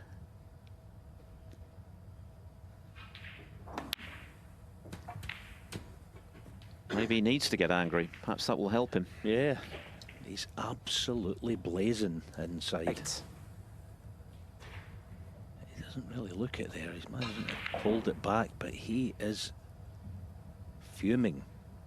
Now, the best way to treat that as an opponent is punish. And make it hurt even more so. No. Yeah, that's something you won't see from Joe O'Connor. He's not built that way. But as I say, with someone like Mark Allen, maybe getting angry could actually be a tonic for him in the longer run. In the meantime, he's got to wait for another chance, of course, and hope that he's not 3-1 behind at the end of this visit, going into the mid-session break.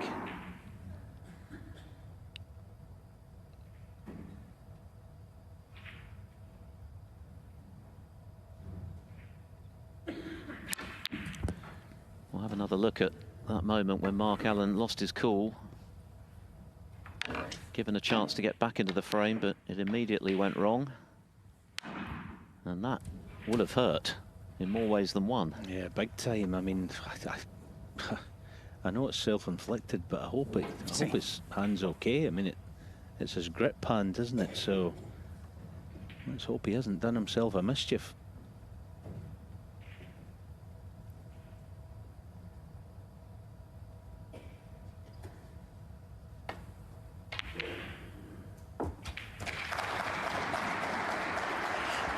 He's just lost the cue ball a little there. Yeah, you can see the redness on his knuckles. I'm not surprised. These snooker tables are made of solid wood. There's only one winner in that particular argument. And it's not Mark Allen's hand, but I'm sure now the red mist will be gradually evaporating. In the meantime, what can Joe O'Connor do to keep this break going?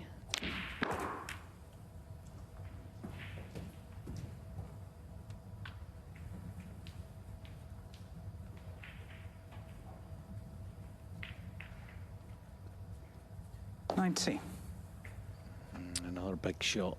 Try and keep this going. Sit at the top of this match. Big fan of this wee fella, as we say in Scotland, but he's also got terrific tablecraft. There you see it there. That's just that is an awesome shot. It doesn't look it, but it's an awesome shot. If he can make good on it with one good cannon. 3-1 at the interval is within reaching distance here. One good shot. Superb. Very good indeed. It was just looking as though O'Connor might not make full capital from Mark Allen's miss pink, but in a couple of shots he's got himself back into a very strong position here.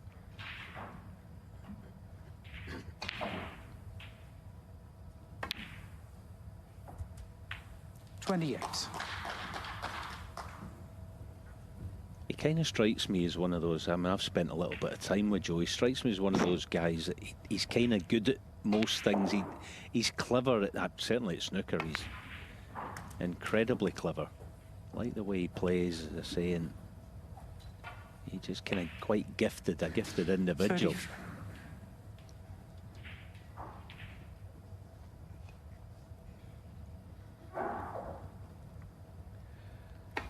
Well, that match he played against Neil Robertson in the semis of the Scottish Open last season, I would imagine he would class as his best ever performance, because Robertson was playing fantastic stuff.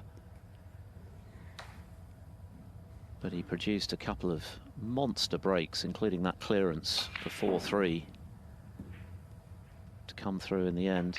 Just couldn't find that form in the final, and of course Gary Wilson played exceptionally well, but that was what he was capable of. Oh, but he's missed the pink. He's missed the pink.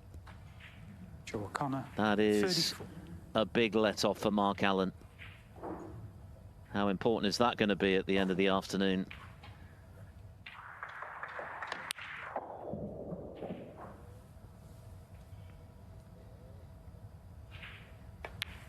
So Allen with a chance to get those frustrations out of his system. There is an awkward red up the table, but that is a big opportunity miss from Joe O'Connor. He just wasn't quite accurate enough at that pace with the pink to see it drop.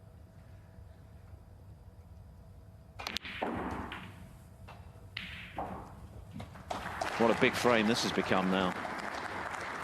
Yeah, massive, massive frame. As the mid-session looms.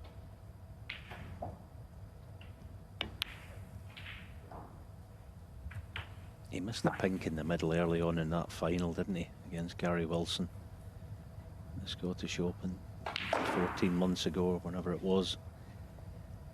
Did for him again there. Now, can Mark find a way to deal with the last red? It's in a good position if he wants to play a double. But what I think he will play here is twice across 16. the table with a cue ball for a half ball yellow or brown to bring it into play.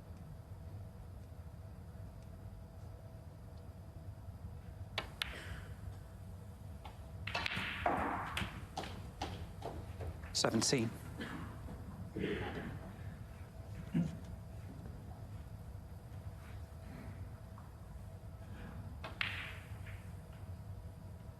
It's one of those, too straight in the brown and maybe too thin in the yellow. So is it going to be the double he's eyeing up?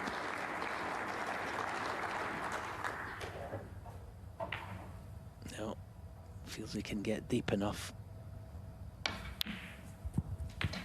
but he's not hitting it properly. 19.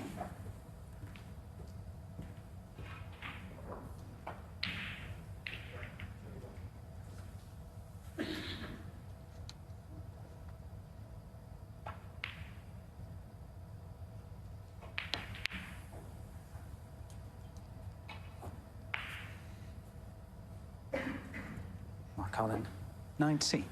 Just 1 point between them then. 35 remaining. A huge frame in this match. It was looking like Joe O'Connor was moving 3-1 up. He missed the pink. Mark Allen has got himself back into the frame, but wasn't able to get on that awkward last red, so still all to play for in this frame before the interval.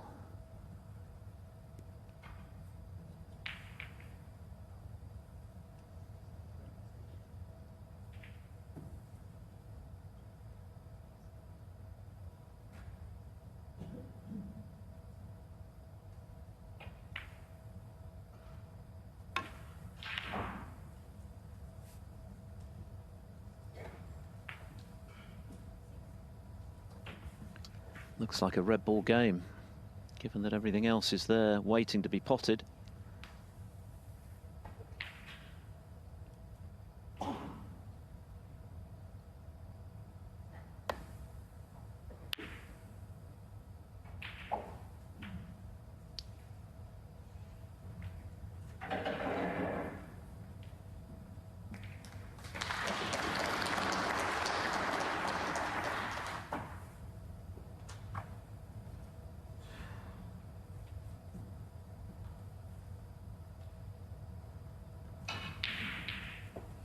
Four-1 now to Ryan Day over the Welsh Open champion Rob Milkins.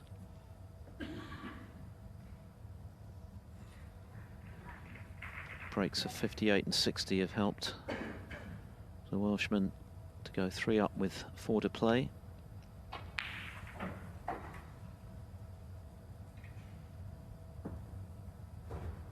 It's also 4-1 Si Jai Wee over Alfie Davis, and likewise 1 Sijun over Andrew Paget. Oh, it's black first. Very awkward queuing. A miss. Mark Allen, set. Just worried for a moment it could be a free ball as well. It isn't though, I don't think. Sorry, could you help me? I think Alan is asking for a second opinion.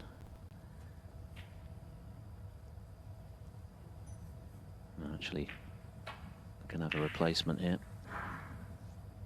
Would have been worried for a moment there. Yeah, Yeah. without being critical, this is where, you know, referees, it was the replacement he wasn't sure. Have a good look at it before the guy plays the shot. You know, it's really not all that complicated. Just have a good look at it, take a picture of it in your mind's eye, and then To be if honest, you I need think to it was- replace it, you know exactly where it's going to go. It's pretty good, actually. Looking from there, I'm also not so sure about the black. It wasn't more to the left. Sorry? Yeah, I think so as well, but from this position it seems it should be more to the left if you want to take a look. Does it look okay, Terry? The cue ball or the black? Cue ball. Terry Camilleri assisting Kevin Dabrowski here. Is that okay? That's where the balls were. Looks bang on, actually. Yeah. Yeah, he did very well with the black, because that's the most important. The cue ball was dead easy to get back. It was full ball bridging, but so same again. The worst thing, of course, would be miss the red altogether, or black and red, and it is a free ball. Yeah, good hit. They'll take that all day long. Good shot, says Mark Allen, and it was. So on we go. This frame still very much up for grabs. Allen will be highly delighted to get out of this mini session at 2 each if he can achieve it, because he's not really fired yet. You saw his frustration just now when he rapped his knuckles on the table, having missed the pink. But of course, Joe O'Connor then missed the same ball to let Allen back into the frame.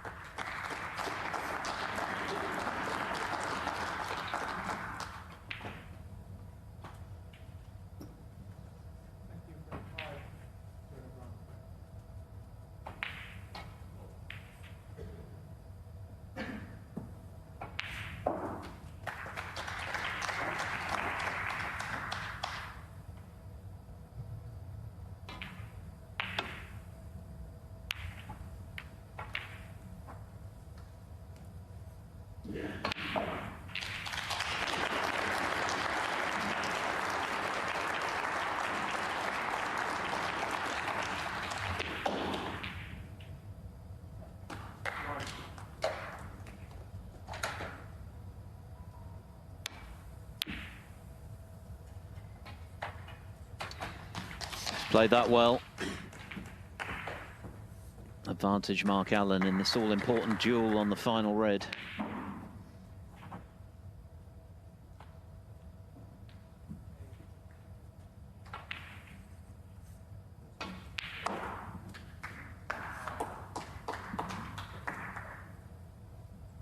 Yeah, tough hit. Playing the short cushion first up.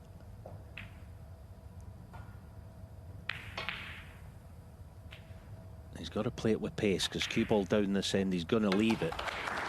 Oh, that's superb. That is an amazing hit. Again, I said earlier, he's got so much tablecraft, as Joe. He's shown it there in abundance. That was brilliant.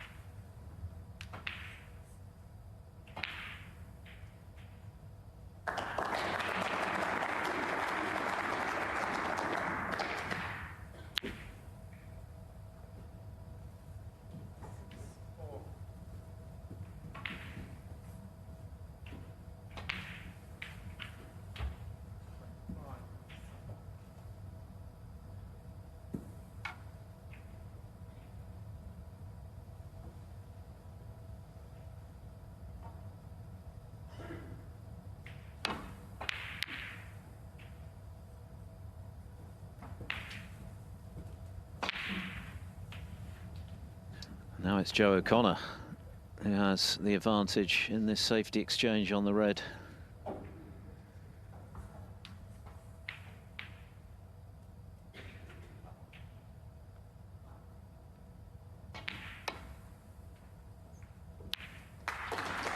Another good hit though. Just saw the scoreboard in the match between Julian Leclerc and Jordan Brown. Leclerc going well. Former shootout finalist 3-1 up and on a break. Looking to go within a frame of victory. Mark Allen taking the opportunity to check the other states of play, and the match is ongoing this afternoon, this third day at the Templedrum.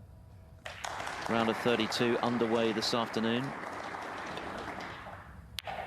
Ah, terrific pot. One.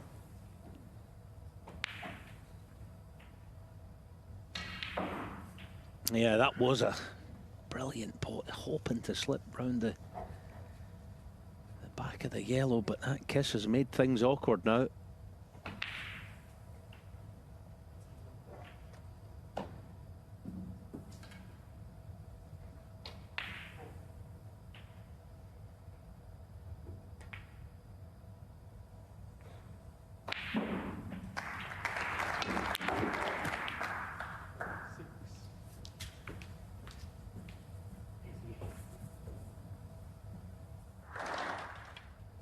Set. Yeah, if he can avoid the yellow, he's obviously going to be nicely on the blue. And now then, yellow is virtually frame ball. If you can knock this in, the green is no problem.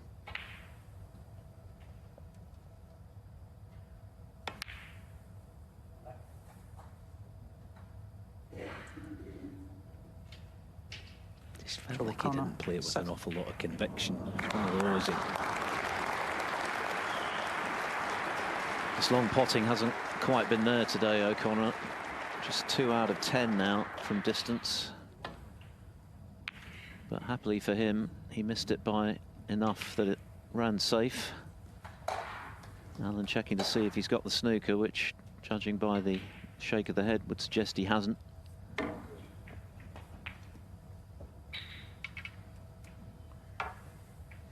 It's been quite a battle, this match, hasn't it? This frame now into its 25th minute. The average frame time over 30 so far, but what a vital frame it is. I think Joe O'Connor will feel he's missed a trick if he doesn't win this frame for a 3-1 lead, and Mark Allen will feel he's dodged a bullet, even though he did make the highest break so far. That 92, that's very much been the exception to the rule in terms of the snooker we've seen thus far from him. But he could yet emerge unscathed.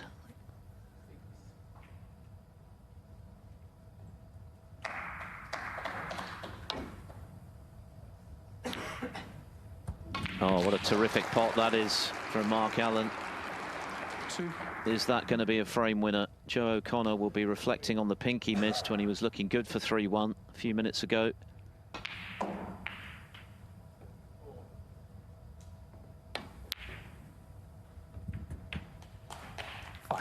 And now this frame very much in Mark Allen's hands. A dramatic one.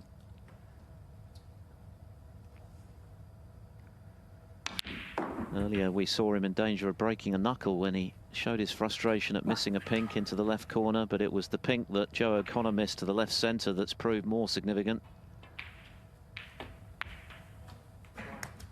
40. And there's no question that Mark Allen will be the happier of the two. This is the pink in question when the frame was there for the taking.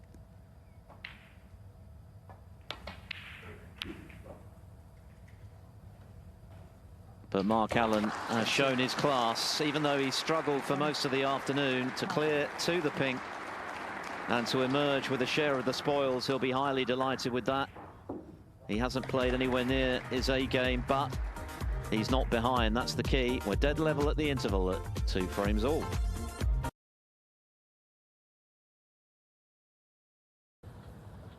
So plenty of snooker to be played on table 2. You can watch it on Discovery Plus. The players are ready to go again on table 1. All to play for, 2 frames all. Not much doubt, though, that Mark Allen will be the happier of the two. We've talked about Joe O'Connor's excellent temperament.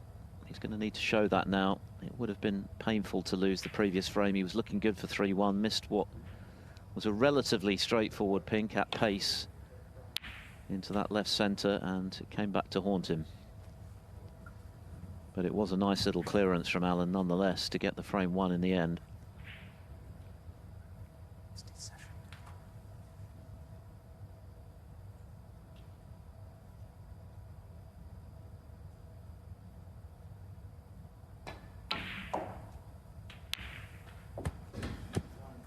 And that's another excellent pot from Allen. Not that dissimilar to the yellow he knocked him from range on his way to clearing up in the previous frame.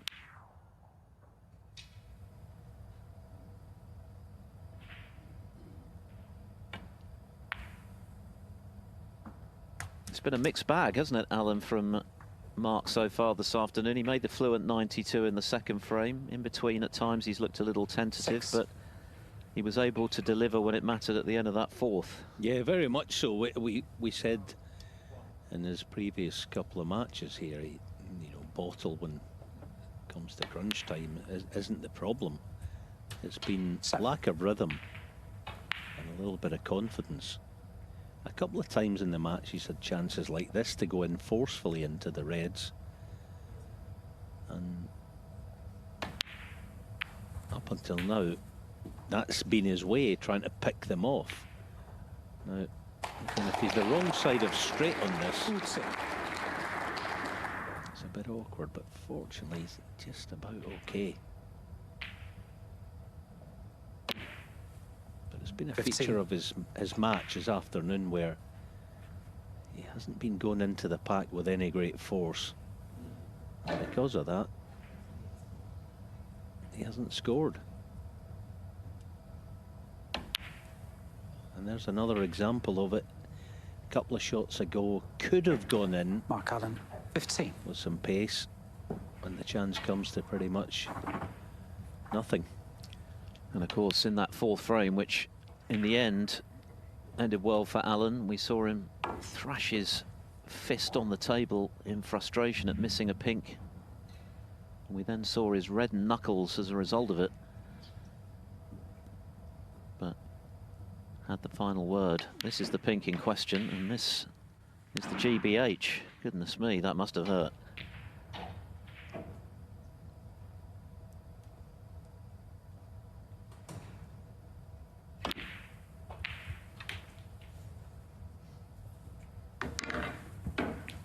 I must admit, I never did that. I just, not because I wasn't angry at times.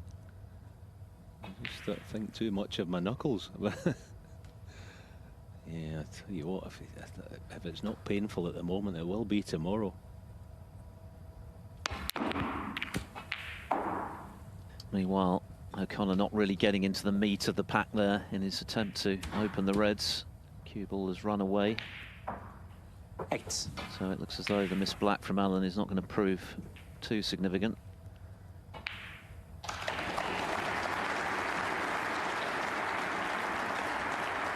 The miss pink from O'Connor in the fourth frame did have a feel of a turning point about it, because he was within a few balls of 3-1. 8. And that would really have put pressure on Allen in the second half of the match, but of course he was able to emerge level. And we start again. Best of 5 now.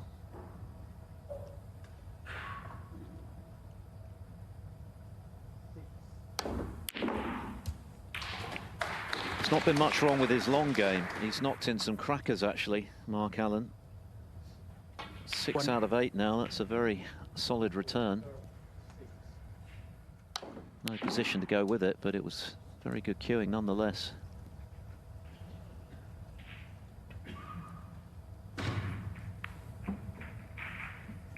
Mark Allen, 1. Very difficult to roll up in order to get the snooker from that distance, from cue ball to green in this case.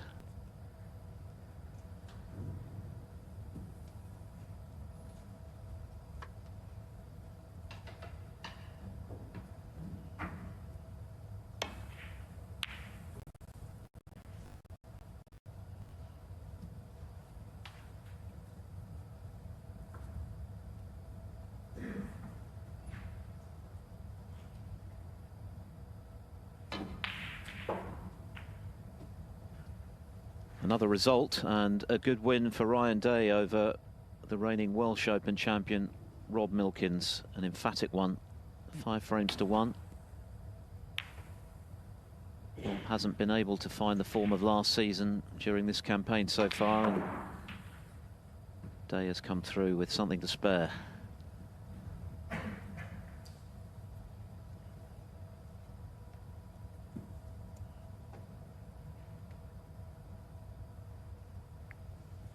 He will now play the winner of the Julian Leclerc-Jordan Brown match. Leclerc going well at the moment.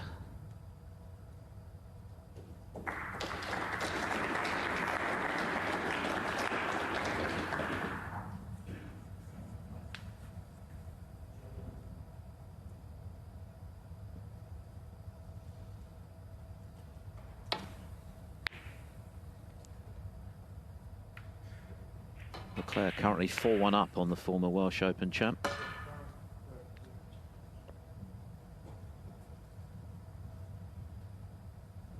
And I can tell you, Zhou Yulong has just won that 6th frame against John Higgins, so he's drawn level again, 2-0 behind to 2-all, and now 3-all, all to play for on table 2. It's on Discovery Plus.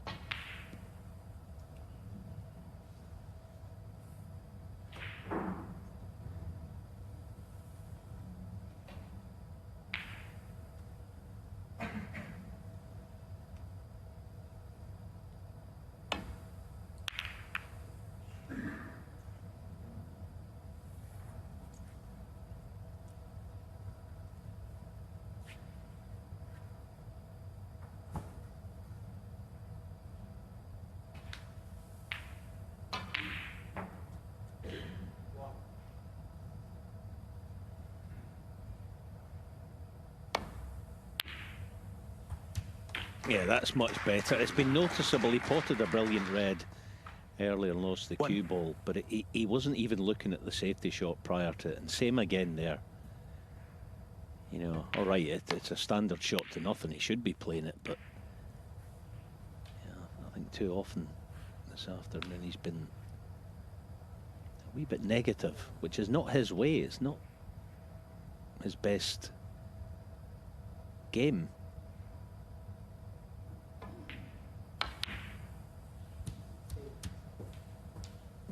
I do think, you know, intervals can change things and can change your mindset. I do think that will be the case with Mark this afternoon.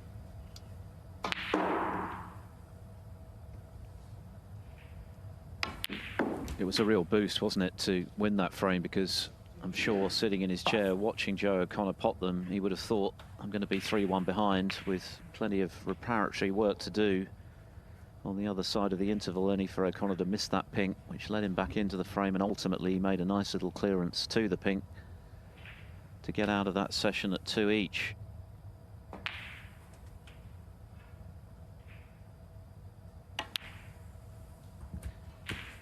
And what a chance he's got here now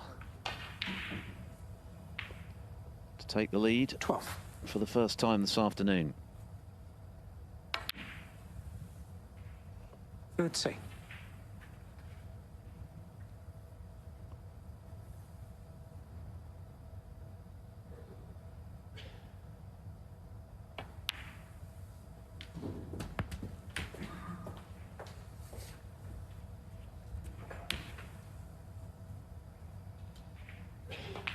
$20.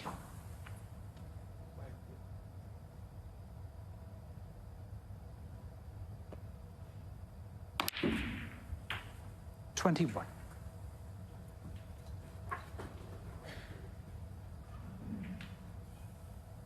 Yeah, this is a bit more like it. The standard stock holding cannon here.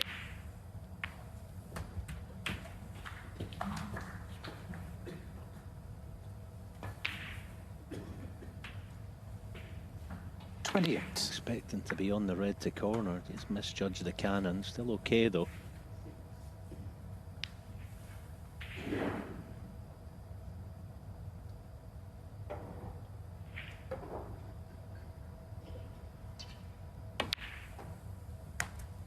$29.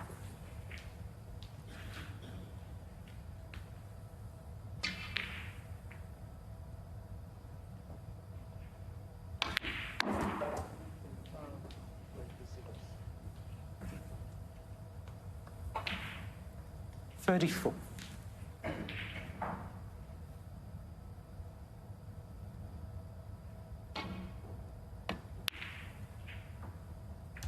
$35.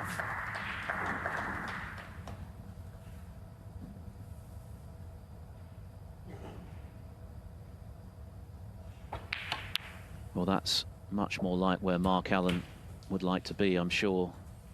Between 22 and 23 seconds with some fluency about his game. He's such a dangerous scorer when he's in amongst them. We know his cue ball control is right up there with the very best in the game.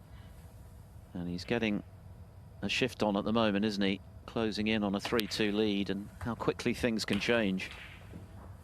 He was within 2 or 3 pots of 3-1 behind and struggling a bit. Now, very much on the front foot. This frame is won. 51.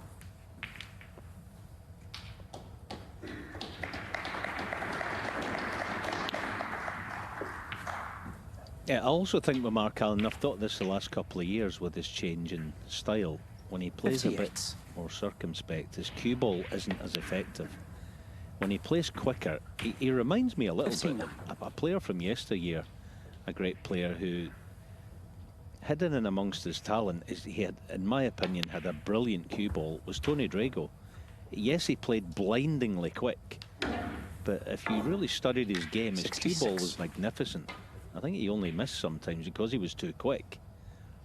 I think Mark, when he plays at his more natural pace, his cue ball is better, and that was much 66 in a frame. It certainly was a very eye-catching contribution from Mark Allen. Nothing pedestrian about that. 66, and by far and away the quickest frame of the afternoon goes the Pistols' way for 3-2.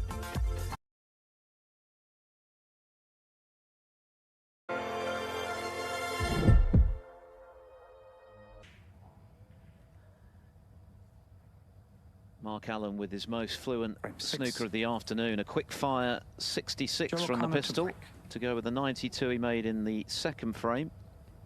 And having been 2-1 and very nearly 3-1 behind, he's now for the first time this evening, or this afternoon, in front. Although it is kind of getting towards early evening, coming up to 20 to 5 UK time. 20 to 6 local time here in Berlin. And of course the evening session coming up from 8 o'clock local with Judd Trump up against Matthew Selt on table 1. That's our commentary match.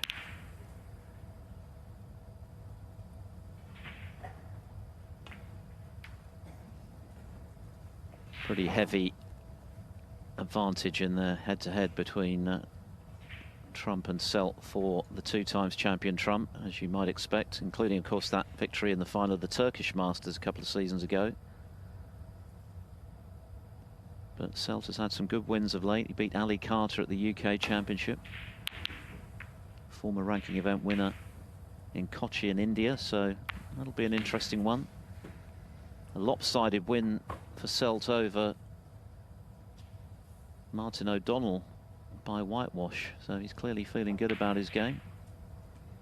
Shake of the head from O'Connor. That's about as much emotion as you'll get out of him. But he's entitled to feel that this match is beginning to maybe slip away a little, with Allen continuing to look great from long range. That's another cracker of a red from Allen. It's 9 out of 11 now from distance. That's outstanding. And a lot of them have been as good as that. But it feels at the moment, Alan, as though this match has turned on that miss pink in frame 4 from O'Connor. Yeah, absolutely. That was the undoing of Joe in this match so far, at least. I'll try and regroup, because I just get the feeling that Mark Allen is slipping into a little bit of form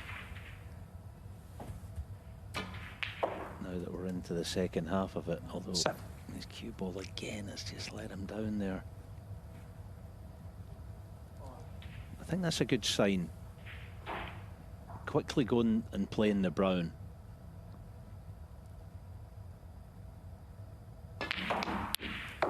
Yeah, that's a fabulous shot. All right, he's caught the bump of the middle pocket, but it's still a brilliant shot. He's literally an inch or two away from being perfectly on the reds. It just feels like there's more intent about Allen's game this side of the interval. Made the most of his reprieve in that fourth frame. He's really kicked on.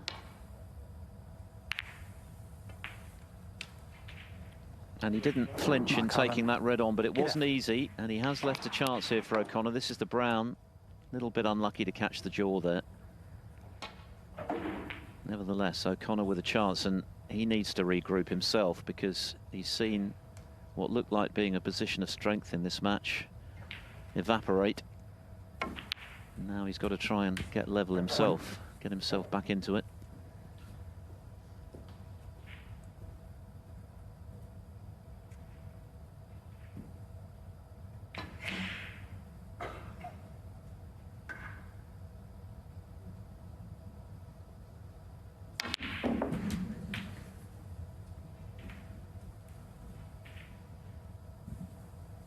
It's a bonus to be on the red.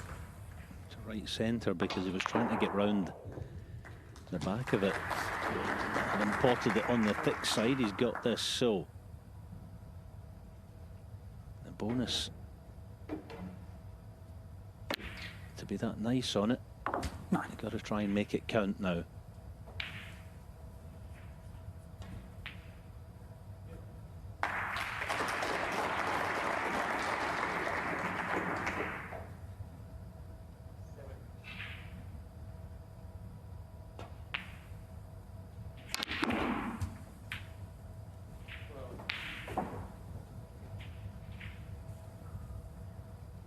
Tremendous effort, about as 16. good as he could have expected.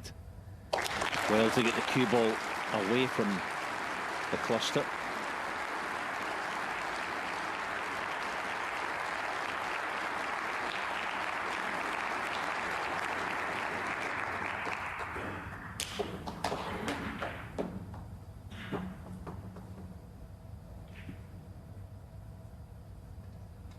That applause you've just heard is for Belgium's Julien Leclerc, who's completed a victory over Jordan Brown, clearing up from some way behind him, frame 6 for 5-1. No. That's an area of Joe O'Connor's game that has not fired this afternoon. 16. He's been missing the longer range pots by quite a distance. Just 2 from 10.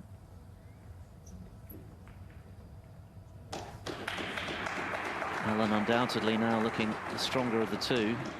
This is no gimme.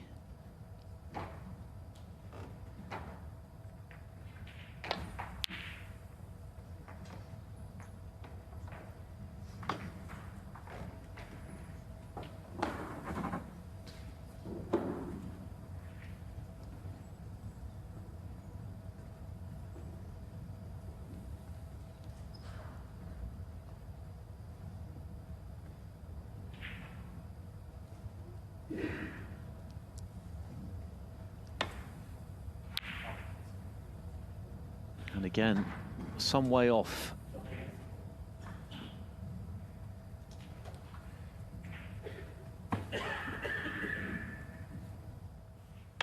Yeah, it just seems that that missed pink that we were kind of talking about has thrown Joe off kilter since then, and he's not been able to regroup. This is the chance now for Mark Allen. I'm not saying to put the match away here, but press home the advantage. He's the one in the ascendancy. Brilliant shot. One. This is the chance to really make Joe hurt in the chair there. He's hurting enough as it is. Yeah, that expression was one of exasperation, to put it mildly. I think he knows that he's rather let this match slip. He was looking the stronger for sure, and that 3-1 lead was well within his grasp, but it's not worked out for him. Now in danger of falling 4-2 behind. Allen playing much better.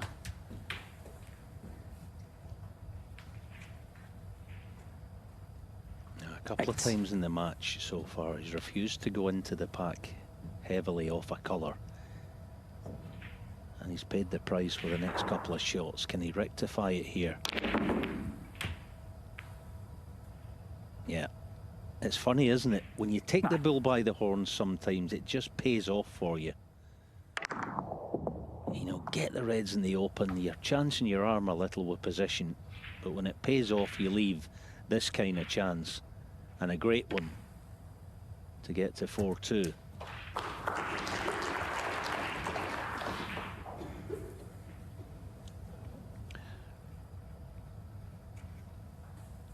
Normally in a match of this length you'll have more than a few turning points, but certainly this afternoon's match so far feels like it has turned on that single missed pot from Joe O'Connor.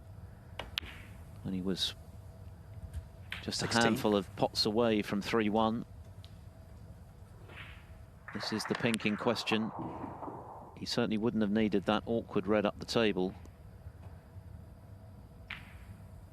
That gave Allen a lifeline back into the fourth frame, which he took really well in the end. He got in with a terrific long-range yellow, cleared to the pink, and since then he's looked 23. The stronger, and Joe's long game hasn't been there. He's missed 1 or 2 chances.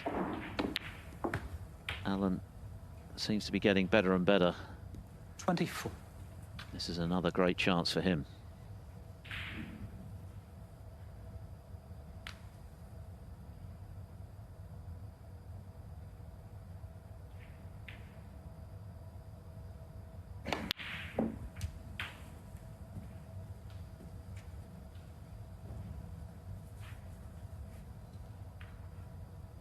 $31.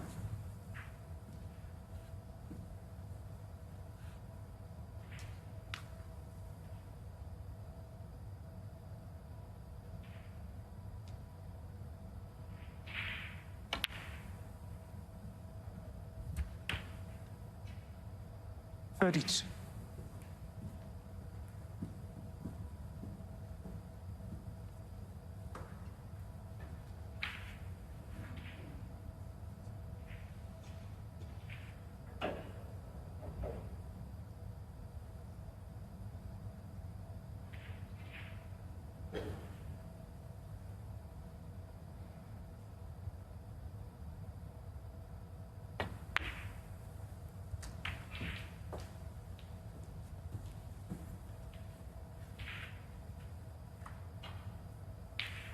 $37.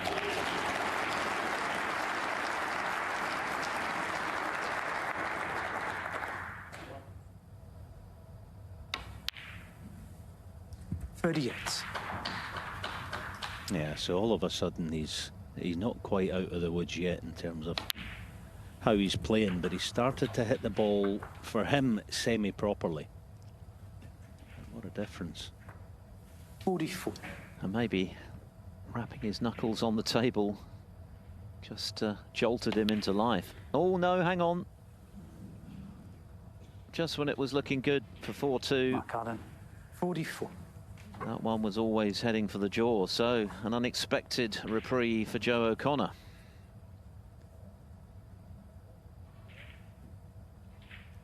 That's what Mark Allen thinks of it. Shake of the head, arms crossed. Now, talked about One. different turning points. We have one with the pink that O'Connor missed. Is this going to bring about a change of momentum?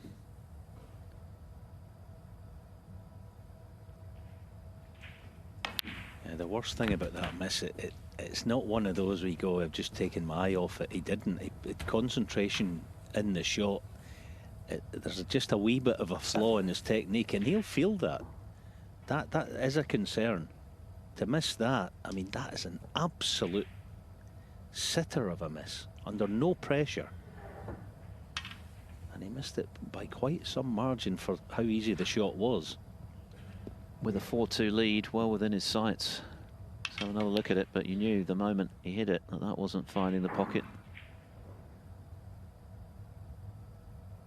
Even so, pressure on O'Connor to make this reprieve count for something. There's plenty of work for him to do yet, not least that red 8. up the table. But an opportunity he wouldn't have expected to get.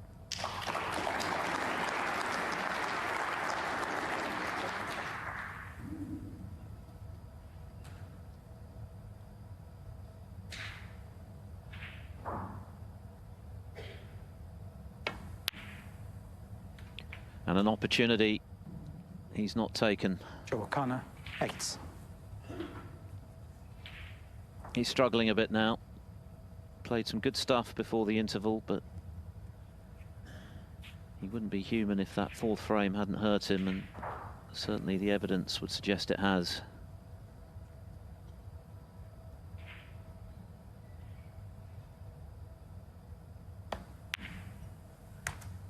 One. 32 the lead, so this pink and one more red would be enough for Allen.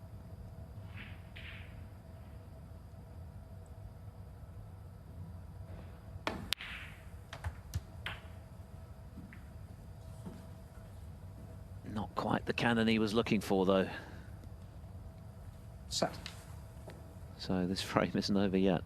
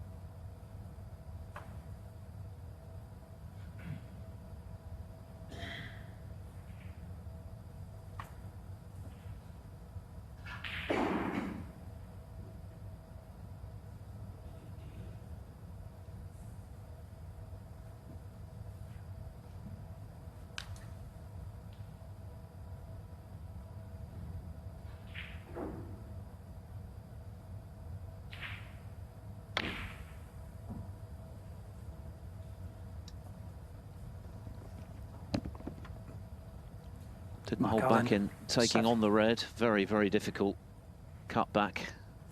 Now, has he covered it?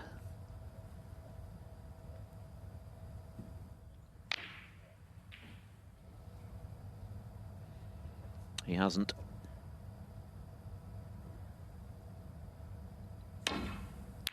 Well, this is another gigantic frame now. Mark Allen 1. looked to Surt to win it before he missed to the left centre. He's just had another chance after O'Connor missed the black. And now the final red becomes all important. The difference between 4-2 and Allen being firm favourite to go on to win, and parity again at 3-all.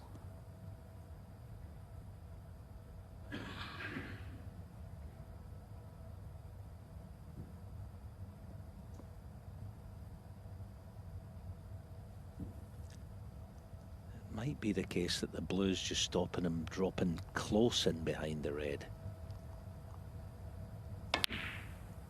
Oh, Joe. Oh dear. Well, that had to go. Now he needs Snooker's. Joe O'Connor. Extraordinary.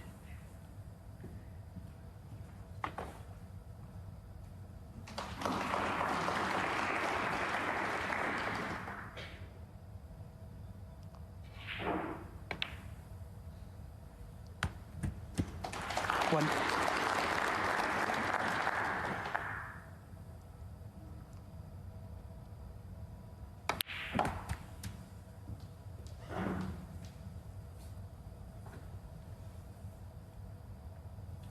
And it's a shame for Joe, because certainly Mark has been nothing 6. like the player we know he can be today.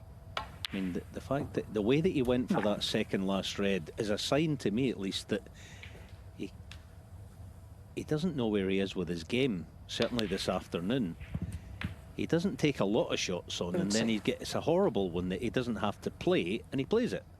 That's just a sign that he's not sure about whether to stick 18. or twist.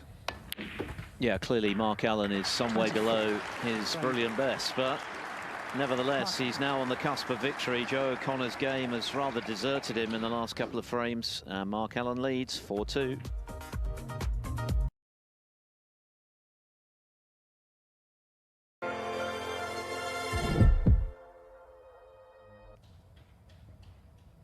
Day 3 at the Templedrum, the German Masters, the 12th ranking event of the season.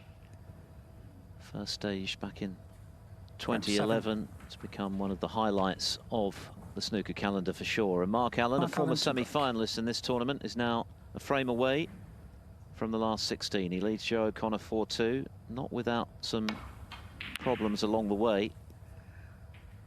But O'Connor's game seems to have rather evaporated since he missed that pink for 3-1, or when he was very close to making it 3-1 with the balls there for him before the interval. What has he got left now? He's got to win the last 3.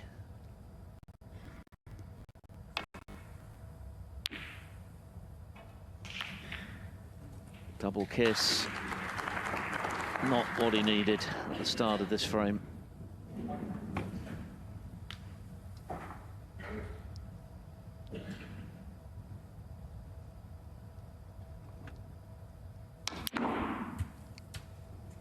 One.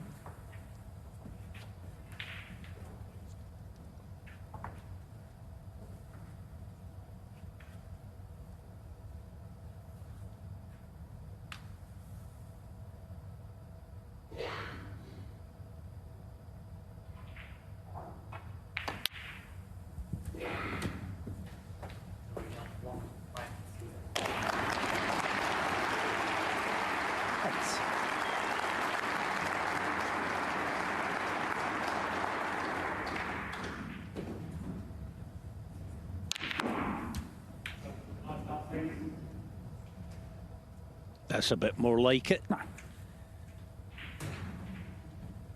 If you're a Mark Allen fan, that's the kind of thing you want to be seeing.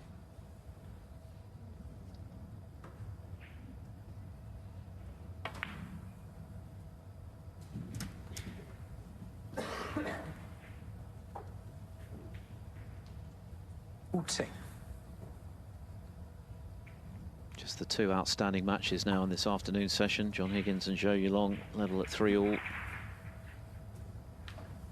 Higgins favourite to make it 4-3.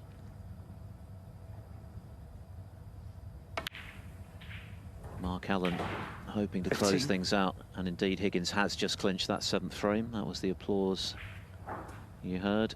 Can Allen be clinical? So often he is at the sharp end of a match. We saw that in the first round against Manasarwin when he made a century in the decider. Certainly didn't hold back in going into the pack there, but is he out of luck? At first glance, nothing easy for sure. Maybe there's a red there into the right corner. Yeah, I think he does have one. It's mighty thin, but it is on. Kind of nod there, thinking, yeah, that's what I was expecting. But he's fine if this red goes in. That's a beautiful shot. That really is. And that, as I say, if you're a Mark Allen fan, it's what you want to see. Get into the reds with force at the first port of call. And because of the talent that he has, you find yourself in this sort of position. There's no question that when Allen 25. finds something approaching his best form, and we've seen glimpses of that since the interval, he is a handful for anyone. He's won 5 titles in the last season and a half, remember. Player of last 24. season. UK champion, World Grand Prix champion, retained his Northern Ireland Open title, and made the semis of the Crucible for only the 2nd time in his career. And this season, a big invitational that he bagged for the loss of only 8 frames in 4 matches, the champion of champions. 31. And of course, the shootout, which, whatever you think about it, was very important for Allen because it bagged him 50,000 ranking points. 32. And got him back into the World Grand Prix. More importantly, has got him up to 13th place coming into this event on the 1-year list. So nicely placed now with the remaining Players Series events coming up in February and March, as he builds up for another assault on that elusive World Championship.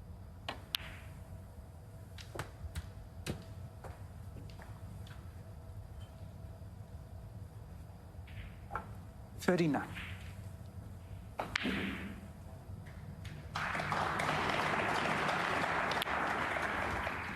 One thing I do wish I had when I was a player, and I'm not just saying this, is I wish I had the Discovery Plus app. It's a brilliant thing for players, and I'm sure they do. A lot of them, they go back and watch their matches. You get all the qualifying, all that sort of stuff on it. You just watch back some of your games and the shots you play, and sometimes the ones you didn't play. And I think this 47. match today has been a case in point where since the interval he's been more prone to go into the pack early and get his reward for it. 48.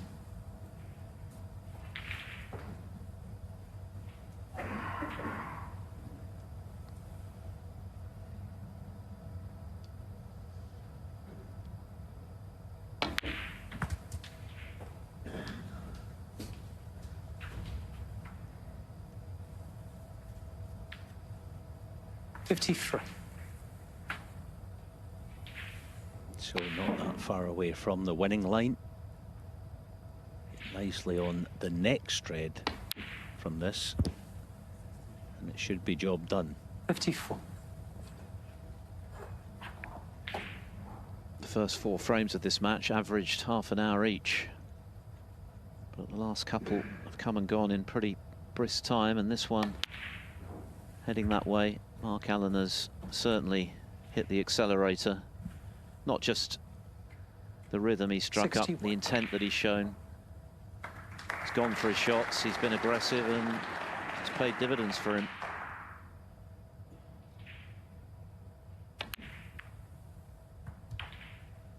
$62. And so, this black is match ball.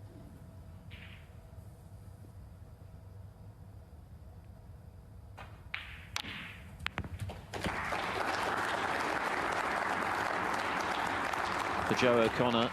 A case of what might have been had he won 69. that fourth frame, which he should have done really. Missed the pink, and since then things have gone south for him.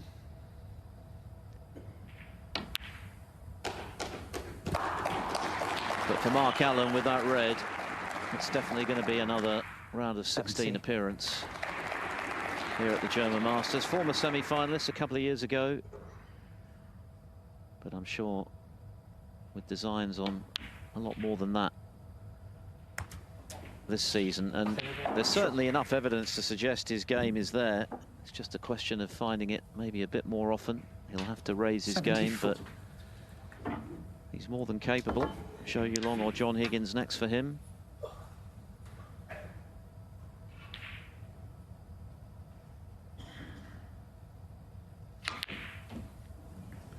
And that red surely doesn't matter. 74. A break of 74, the handshake from Joe O'Connor. Mark Allen raised his game once again when required to turn the match his way. He was very nearly 3-1 behind at the interval. Crucially, Joe O'Connor missed a ping. Allen was able to emerge unscathed from that mini session, and he's kicked on impressively since then, playing much more fluently and aggressively to get the job done in style in the end, and through to the round of 16 here at the German Masters live in Berlin. He beat